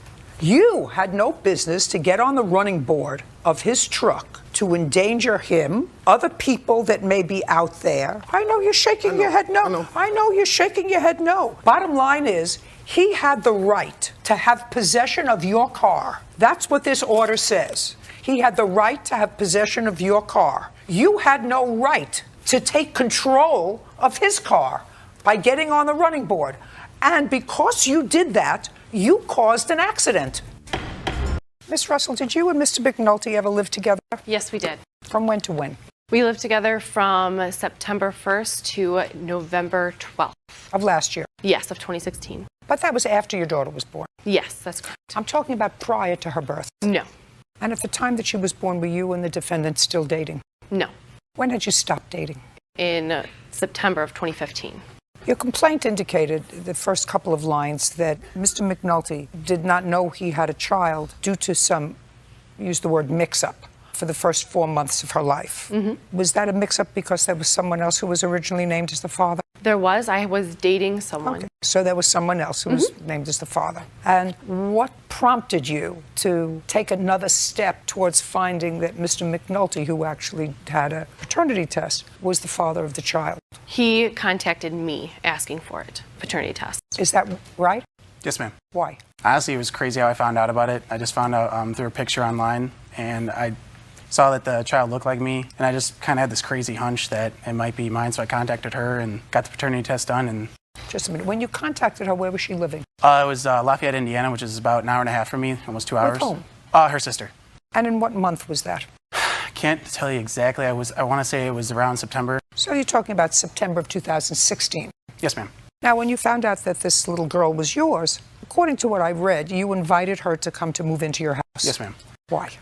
I invited her to be closer to my daughter, and I told her that she could live with me until she got on her feet, found her own place. I wanted to be closer to my daughter, and I just wanted to be friends with her, co-parent. Do you have any other children? I do not. Do you have any other children? No. And I assume you didn't have your own place to live? Not at the time, no. When you moved into Mr. McNulty's house, you have a house? Yes, ma'am. How many bedrooms are in the house? 3. Your daughter had 1 bedroom? Correct. Did you have the other? Yes. And Mr. McNulty the third? Yes. So you were living there as 2 parents of a child. You were not a couple. Is that a fair statement? Yes. Okay. Now, an incident occurred in September wherein you claimed that Mr. McNulty damaged your car, took your cell phone, and threw your property out. He threw some of my belongings out, not all of them, and it was in November. Would you like to explain to me, Miss Russell, why this man who actually tried, at least on the surface, tried to do everything in an appropriate fashion, contacted you to find out whether he had a child, bore the expense probably of a paternity test, found out that this was in fact his child, and you were, for all intents and purposes, homeless. You didn't have your own residence. He invited you to come to stay in his house, your own bedroom, because he wanted to, he uses the word co-parent, he wanted to be closer to his child. You want to tell me why he would do such dastardly things? You want to tell me what happened? He came home with a woman, and I told her to leave, and she didn't know that there was a baby and another woman there. So she agreed to leave. She didn't know there was a baby and another woman there? Yes. You mean you, the other woman? Me and my child. She had no idea we were there, and she gladfully left. Okay. He, in a rage, headbutted me twice, threw me against a wall. I got away from him by pushing all I could away from the wall. And running to get my cell phone to call the police, which I did. The operator told me to go into the... Don't tell me what the operator told you.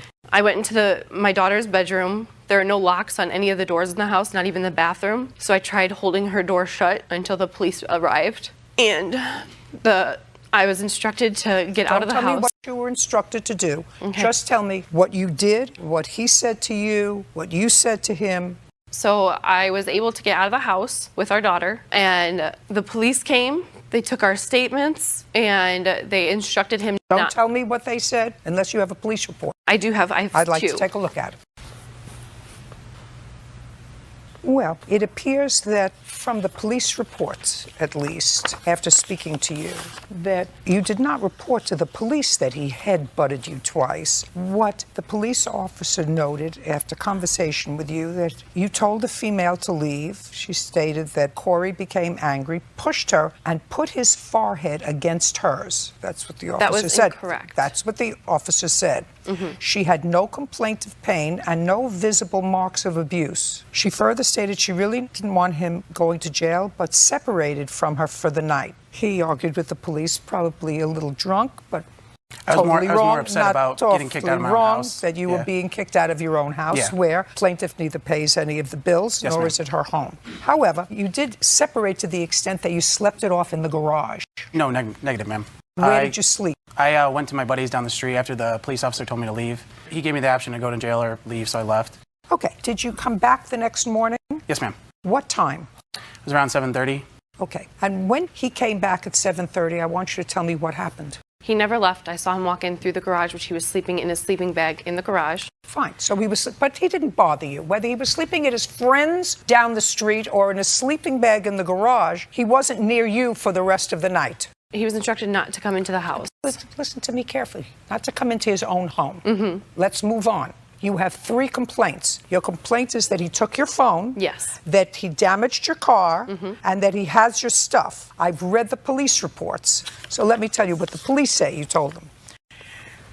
The second police report indicates that you went to the police because he was still there.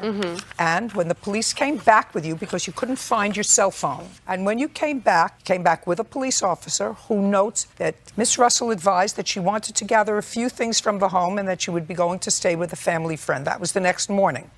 Officer Vasquez went back to Miss Russell's residence and observed Corey had placed all of her belongings in bags outside of the residence. Miss Russell gathered what she could fit in her vehicle and advised she would need to come back later for the rest of the items. Ms. Russell further advised that she noticed a dent in her 2007 Jeep Patriot and believed Corey may have done it, but wasn't for sure. I was certain. Just a second. That's what it says. She noticed a dent. She believed he might have done it, wasn't for sure. Ms. Russell was able to leave the scene without incident.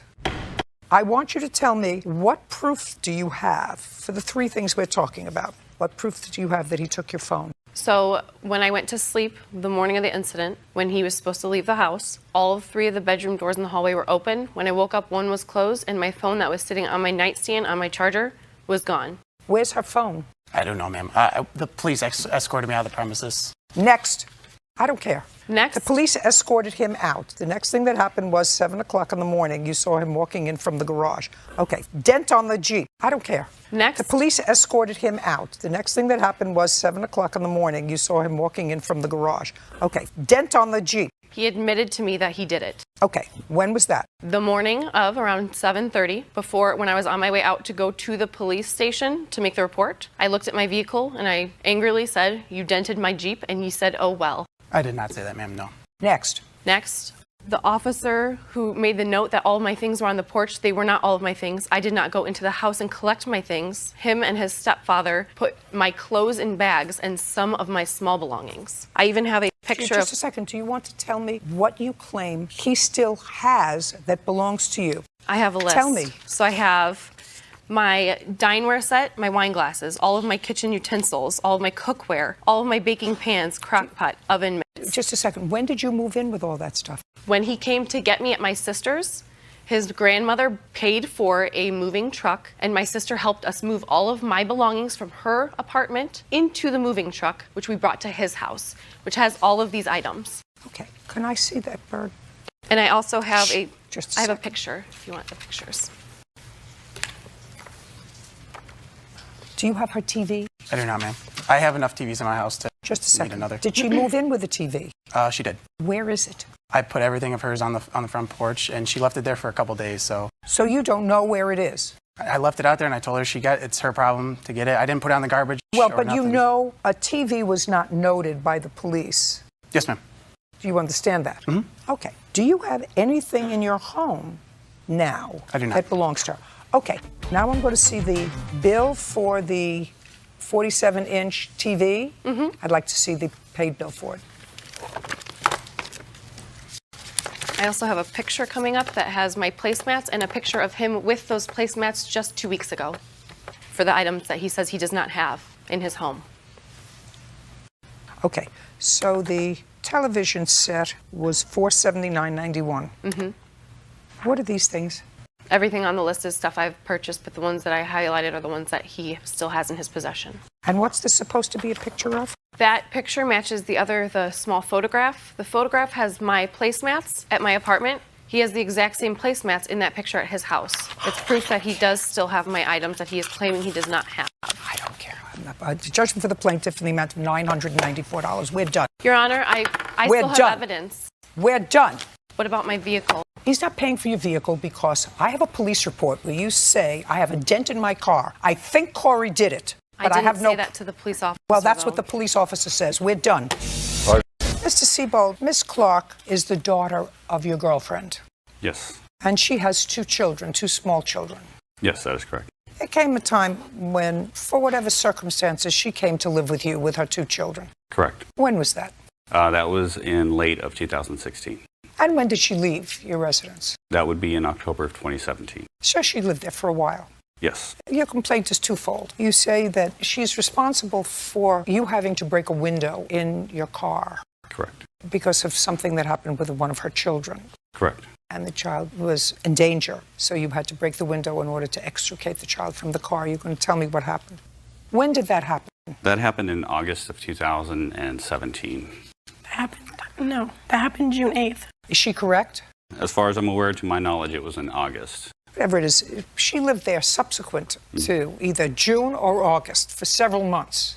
Correct. The second part of your claim is for cost of getting a dumpster to remove some property that she left behind when she moved out. All right, Why don't you tell me whether it was in August or June? Why don't you tell me about the incident that occurred that required you to break your own car window? Okay. On the date in question, basically, I was upstairs. Not basically. Well, upstairs, I was in my room, and then Ms. Clark comes upstairs and says, Michael, I've locked Brooklyn in the car. My response was, just a second. I've locked the kids in the car. And I said, okay. Just a second. Do you remember that? No. You don't remember going upstairs to get him and saying, I've locked the kids in the car? You tell me how it happened. Because you did lock the kids in the car. No. Who did? My mom. Okay, where were you? I was following close behind her. I was getting the Just a second, so you were there? No, I was getting the diaper bag ready. What? The diaper bag. Don't move. Well, that's not what you say in your answer. You say in your answer, Michael had given the keys to the car to my mother, who went with me to the car and put my daughter in her car seat, who went with me. I was following close behind her. I was getting the diaper bag ready. I went downstairs and my mom was banging on the car window with my daughter locked inside. Where was Michael? Upstairs. Who went to get him? My mom. Your mother or you? And what were you doing? I was outside in the driveway with my daughter. Who was in the car? Yes. So your mother went to get Michael? Yes. Do you remember that? No. She went to get him? Yes. Go ahead. Okay. So as Ivory came up to tell me that the child was locked in the car, first response out of my mouth was, you need to call a locksmith. So I go downstairs. I'm getting dressed. I'm rushing down so I can go down to see what's going on. Brooklyn, who was in the back passenger seat. How old is she? At that time, she was probably just a little bit over a year, maybe. And she had the keys in her hand. And I'm like, Brooklyn, can you push the button? She's pushing the lock key because it simply makes the noise. Well, with my car, once you disable it, if you push the lock key too many times, you can't get in. So the locksmith showed up. So the locksmith comes in. He tries to jimmy the passenger door. He can't do it with the Slim Jim. At the same time, they're on the driver's side with me. We're trying to see if we can get inside. Tina is on the other side, on the passenger side, and she says, Michael, something's wrong. And I said, what do you mean? She says, Brooklyn just passed out. So I go to the other side. Brooklyn's passed out. She's kind of leaning to the side. My response was, I need to break my window. So I go to the garage, I grab a hammer, and I smash the hammer about 3 or 4 times into the window. I'm able to bust open the window. Once we get Brooklyn out, Tina grabs Brooklyn, takes her to the garage where there's some shade. So we're waking her up, giving her some water, making sure she's okay. Meanwhile, Miss Clark is standing in the driveway, just kind of standing there and not really doing anything. So I kind of looked at her and I said, okay, this was your fault. You handed the keys to the car to the daughter while you're putting her in the car.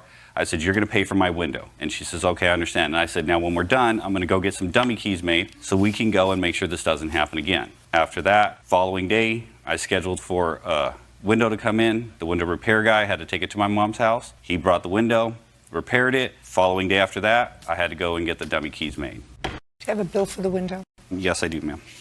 And I also have a picture of the damaged window if you'd like to see it. I'd like to see it. Which window did you break? This was the front passenger window. And I also have text messages between me and Ms. Clark about the window and her paying me. May I see it? Yeah. This is when she was stating after she gets her taxes. Well, you told him you would pay for the window. I probably did, but I don't remember. Okay. Now let's get to the dumpster. You moved out on what date? I don't remember. What date did you move out? It was in late October of 2017. And what did you have to get a dumpster for? Well, Ms. Clark, when she left, she ended up leaving some stuff in the room. She left some mattresses and she left all kinds of trash and junk and things inside the room. Also, when she was living with us, she ended up causing some damage to some of my furniture. I don't want to hear about that. Okay. I don't want to hear about while she was living with you. So she left mattresses and some other junk. Yes. I have pictures of the room of what I'd it like looked to like. see it. So there's tons of different items inside the room, but the reason why we had to get a dumpster was because we can't throw the mattresses in the regular trash, because where we're at, you have to have a dumpster big enough for all the mattresses to fit in there, but not go over the top. The mattresses were not mine. Whose are they? His. He paid for them a long time ago. Well, that doesn't mean that they're not yours. Did he pay for them and give them to you to use? I was underage. They are not mine. It was not my responsibility to take them with me. What about this? Is this your responsibility? Yeah. I wasn't worried about cleaning up the room. Just a second. I'm just asking you, is this your mess? Yeah, when I left. Okay. How much did you pay for the dumpster? Dumpster in total was $310. May I see the bill, please? Yes. And then I also do have a quote for the Sidewinder keys if you want to see that. A what? The Sidewinder keys that were needed. No, I don't care about that. Did you use the dumpster for any of your own things? The most that we used it for was for hers. That's not what I asked you. Did you use the dumpster for any of your own things? The furniture that was ruined due to the time she was living there, I threw some of it in there. We haven't done everything yet because it's already getting on the way. Just a second. Is the dumpster still there? It hasn't been delivered. They have a specific drop date that is being delivered. We had to wait based off of their time frame. So everything was paid for. Everything's been sitting there. Very good. So everything's in the garage ready to go. for the window, and you are getting rid of some of your own things in the dumpster. It's everything Yes, of I was hers. told that they had gotten. Don't speak. Well, you just told me that you were getting rid of some of your own things. You said some of my things, but that they damaged when they were living there. Right, because it's no longer usable. Those are your things that you are disposing of. It's not by choice. That's the problem. I don't care. It's not by choice. I don't care. The truth of the matter is she's living with her mother and her mother's grandchildren. Well, technically, they're living Just with a second. me. The house I don't is care. mine. With your consent. But Correct. she is living with her mother, with her grandchildren. Correct. With your consent if it's your house.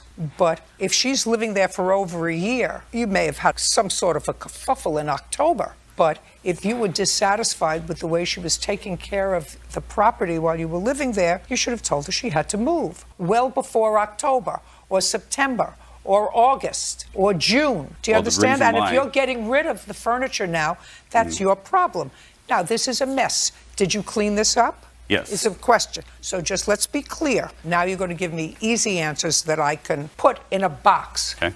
Where did you put all the stuff? Everything is in the garage. All this junk is in the garage. Except for the trash bags. Is what you're telling me that even the stuff that was pretty disposable, you just didn't put in trash and put out? No, everything that could be thrown away at the time was thrown away. We had other trash that was in the garage from Miss Clark when she had moved in. So all of that is combined with what was in the room and some other furniture and things that she had throughout the house.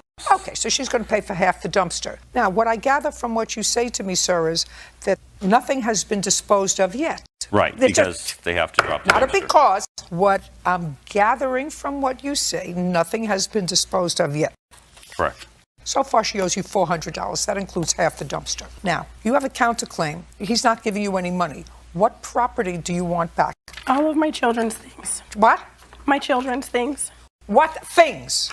A jumper, a walker, a playmat, a booster, a bumbo, the playpen. You have all those things? I assume you haven't thrown those things away. A lot of the things that were damaged, that were busted, we threw out. Just a second. She just listed a whole bunch of things. Do you have any of those things? A playpen? I don't. A jumper? No, we don't have a playpen. When she came back to get her stuff. Just a second. Its stuff is here. I see it. Can I see the photo? It. It's a bit. Yeah, you gave it to me. Right. When she came back, when she left in October, she came back 3 days later. And when she came back with Mr. Padilla over there. They came back, grabbed the dresser, the playpen, and a few other items that they did not take. When they initially left. Your Honor. Right. Stand up, sir. Stand up. Move over here. Okay. Move over here. Now you're two people, two very strong people, and you came back 3 days after, or 4 days after, or 5 days after you moved out. We did not go back. So he gave us that night to remove all of her belongings. Just a second. So what you're telling me is you did not go back to the residence? We were not allowed back at the residence. We were not allowed inside of the residence after after she was kicked out. So that night. Where were you staying? Where was I staying? At my mom's house. That was where I lived with at the time. What were you doing there? What was I doing there that night that I went to go back to get her? Well, but go back. I mean, I was trying to help her out. I mean, I'm not going to let my girlfriend just be on the streets, you know? And that's what they were doing. But he gave us that. Just a second. What is it that was left in the house that you need now? I assume you live together? Yes. That you need now for your children that's in the house. I'm asking, don't look at her list. I'm asking you, what is it that you need now for your children that was left in the house? We had to go repurchase everything. You bought whatever you needed. Yes. So you don't need anything that's there. No. Shh, good. Fine. Judgment for the plaintiff in the amount of $400. Your counterclaim's dismissed. We're done. Thank you. Thank you. Ms. Johnson, you and Ms. Page are connected because you each have a child who has the same father. Yes. Would that be you? Yes. And it is your claim that the defendant came to the house. You live together? No. Well, as of now, yes. As of? Back when the case happened, yeah, we did live together. And while you were living together, it is your claim that the defendant came over one evening, assaulted you, and vandalized your car. Yes. The defendant denies she was even in town on the night that she's alleging that this happened. And she has a counterclaim. She says that you've been harassing her. She believes that you somehow vandalized her car with some foreign object in her gas tank. She's got a counterclaim. Okay, when did this incident happen? On May 5th. Of this year? Yes. What time? It was about 12:30, between 12:30 a.m. and 1 a.m.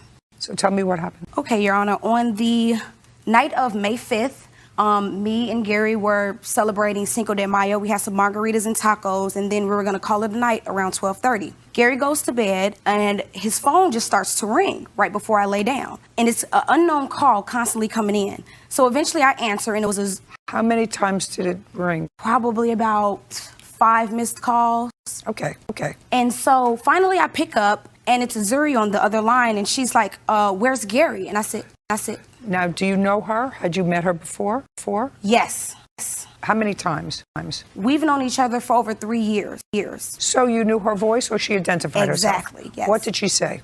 She said, where is Gary? I said, he's asleep. She said, he's been at my house for 3 nights. And I said, well, that's impossible because he's been home. So she's like, well, where is he? I said, he's asleep. She said, wake him up. So then I wake Gary up, and I hand Gary the phone, and he's like, this is a joke, just hang up. So right before I hang up, she says, open the door. Right before we opened the door, it was a knock maybe 5 seconds later. So Gary runs to the door and looks in the peephole, and he can't make out who it is. She's like leaning on the door. So then I look in the peephole, and I said, Gary, this is a Zuri. And Gary's like, is it? So he looks back in the peephole, and then I yell, we didn't open the door yet. I say, Zuri, why are you at my house at 1 a.m? She's like, I need to speak to Gary. I said, okay. So then Gary's like, well, what do you want? So immediately I call the police. And I said, I need a police officer dispatched to my location. So Gary goes and opens the door, and she's extremely intoxicated. She's like, I need you to come to my truck. And Gary says, why? I'm standing behind Gary. Gary has his hands on the side of the door. I'm standing behind him, and she's like, well, I need to speak to you. I need you to come to my truck. So then Gary's like, well, what do you need? Then she calls me a drunk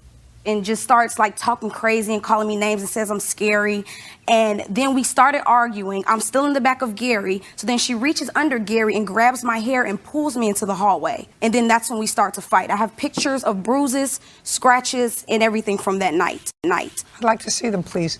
I'd also like, did the police ever respond? Yes, they did. I'd like to see the police report. Okay. There's also pictures in there of the broken window as well. Well, I see the window. We haven't gotten to the window yet. Okay. Now, there are pictures here of a broken windshield. Yes. And the police report is clear that after the police came to discuss what happened to you, you were sort of reluctant to speak to them and a little, according to the report, a little intoxicated yourself. Yes. A sergeant also responded to the location, and it was the sergeant who observed the broken windshield on the car, and they identified the car as belonging to you. Yes. They went back upstairs to speak to you. At that time, since you believed she had broken your windshield, then you said, well, that's enough. I want to press charges. So that's how we're here. Exactly. Is that correct?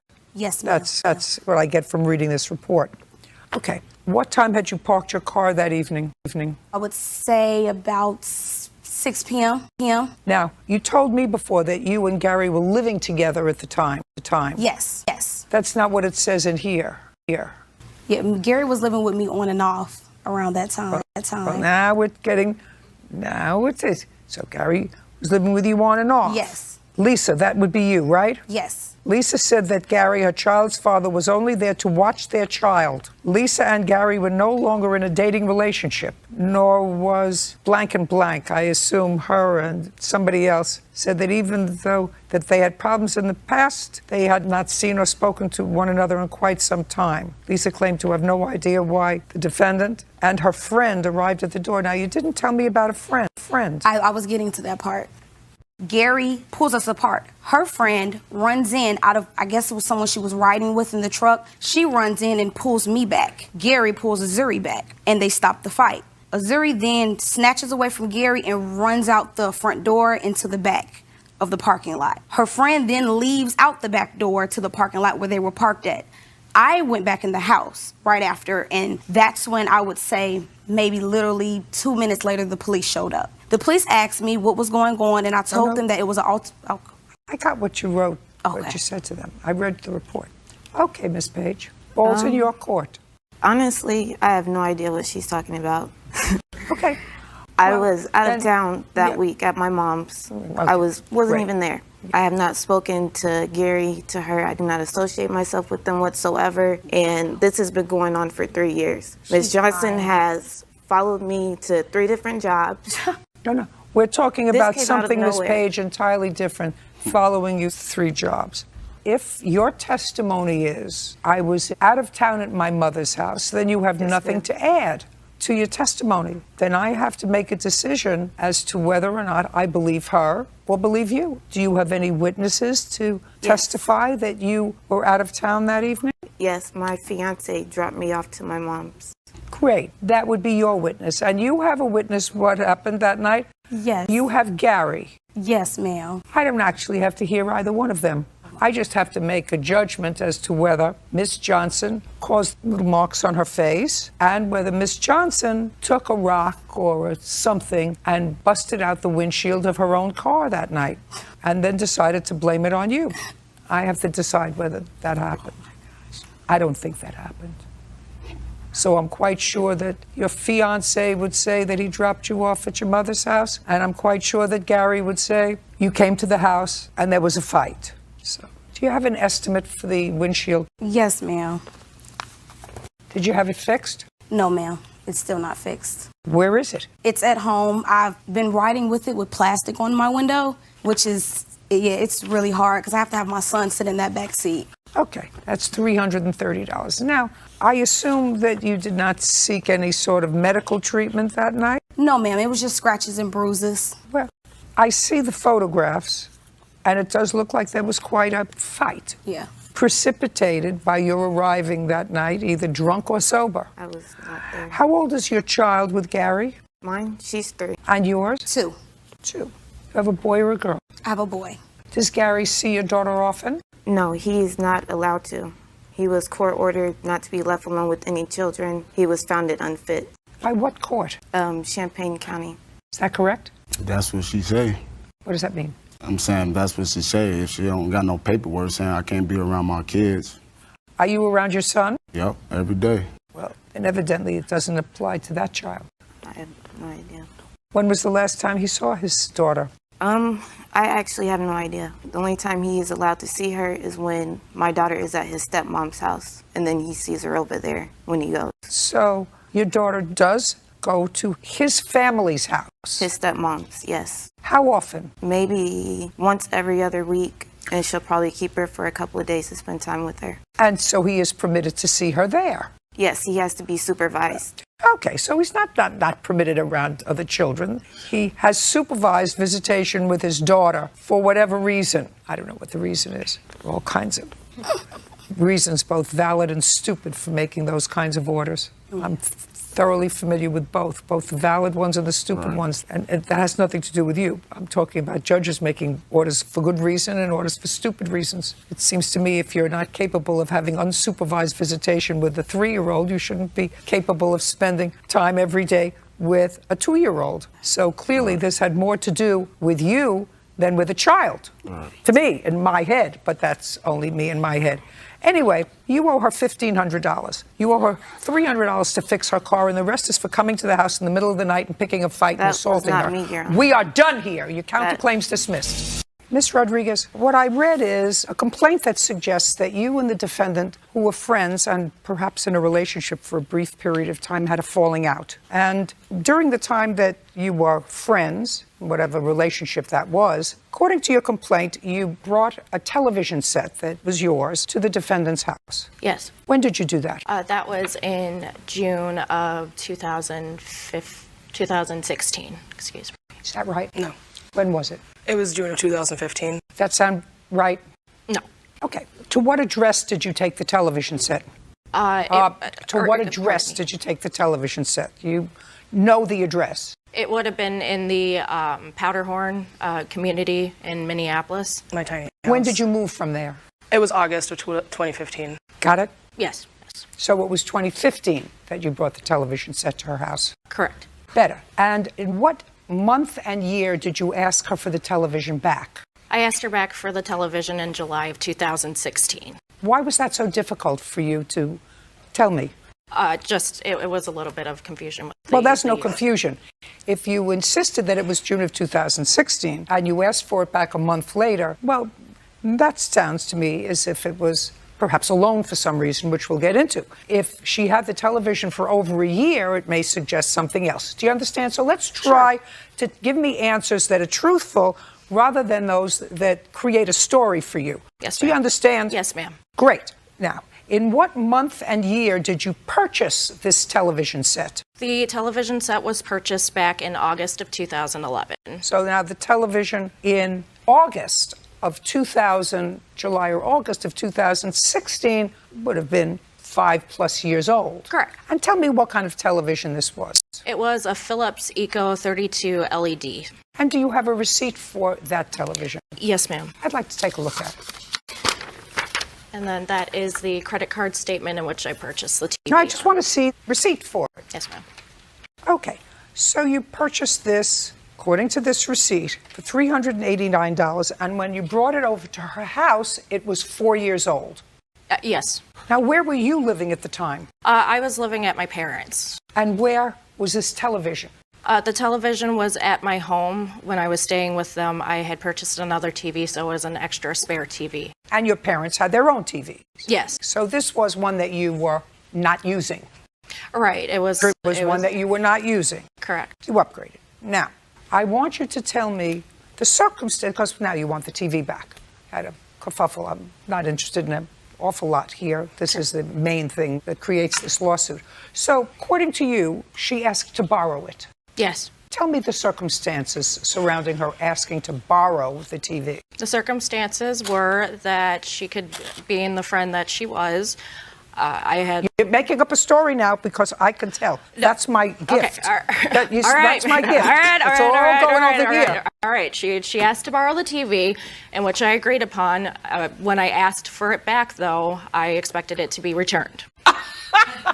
Even you don't believe that.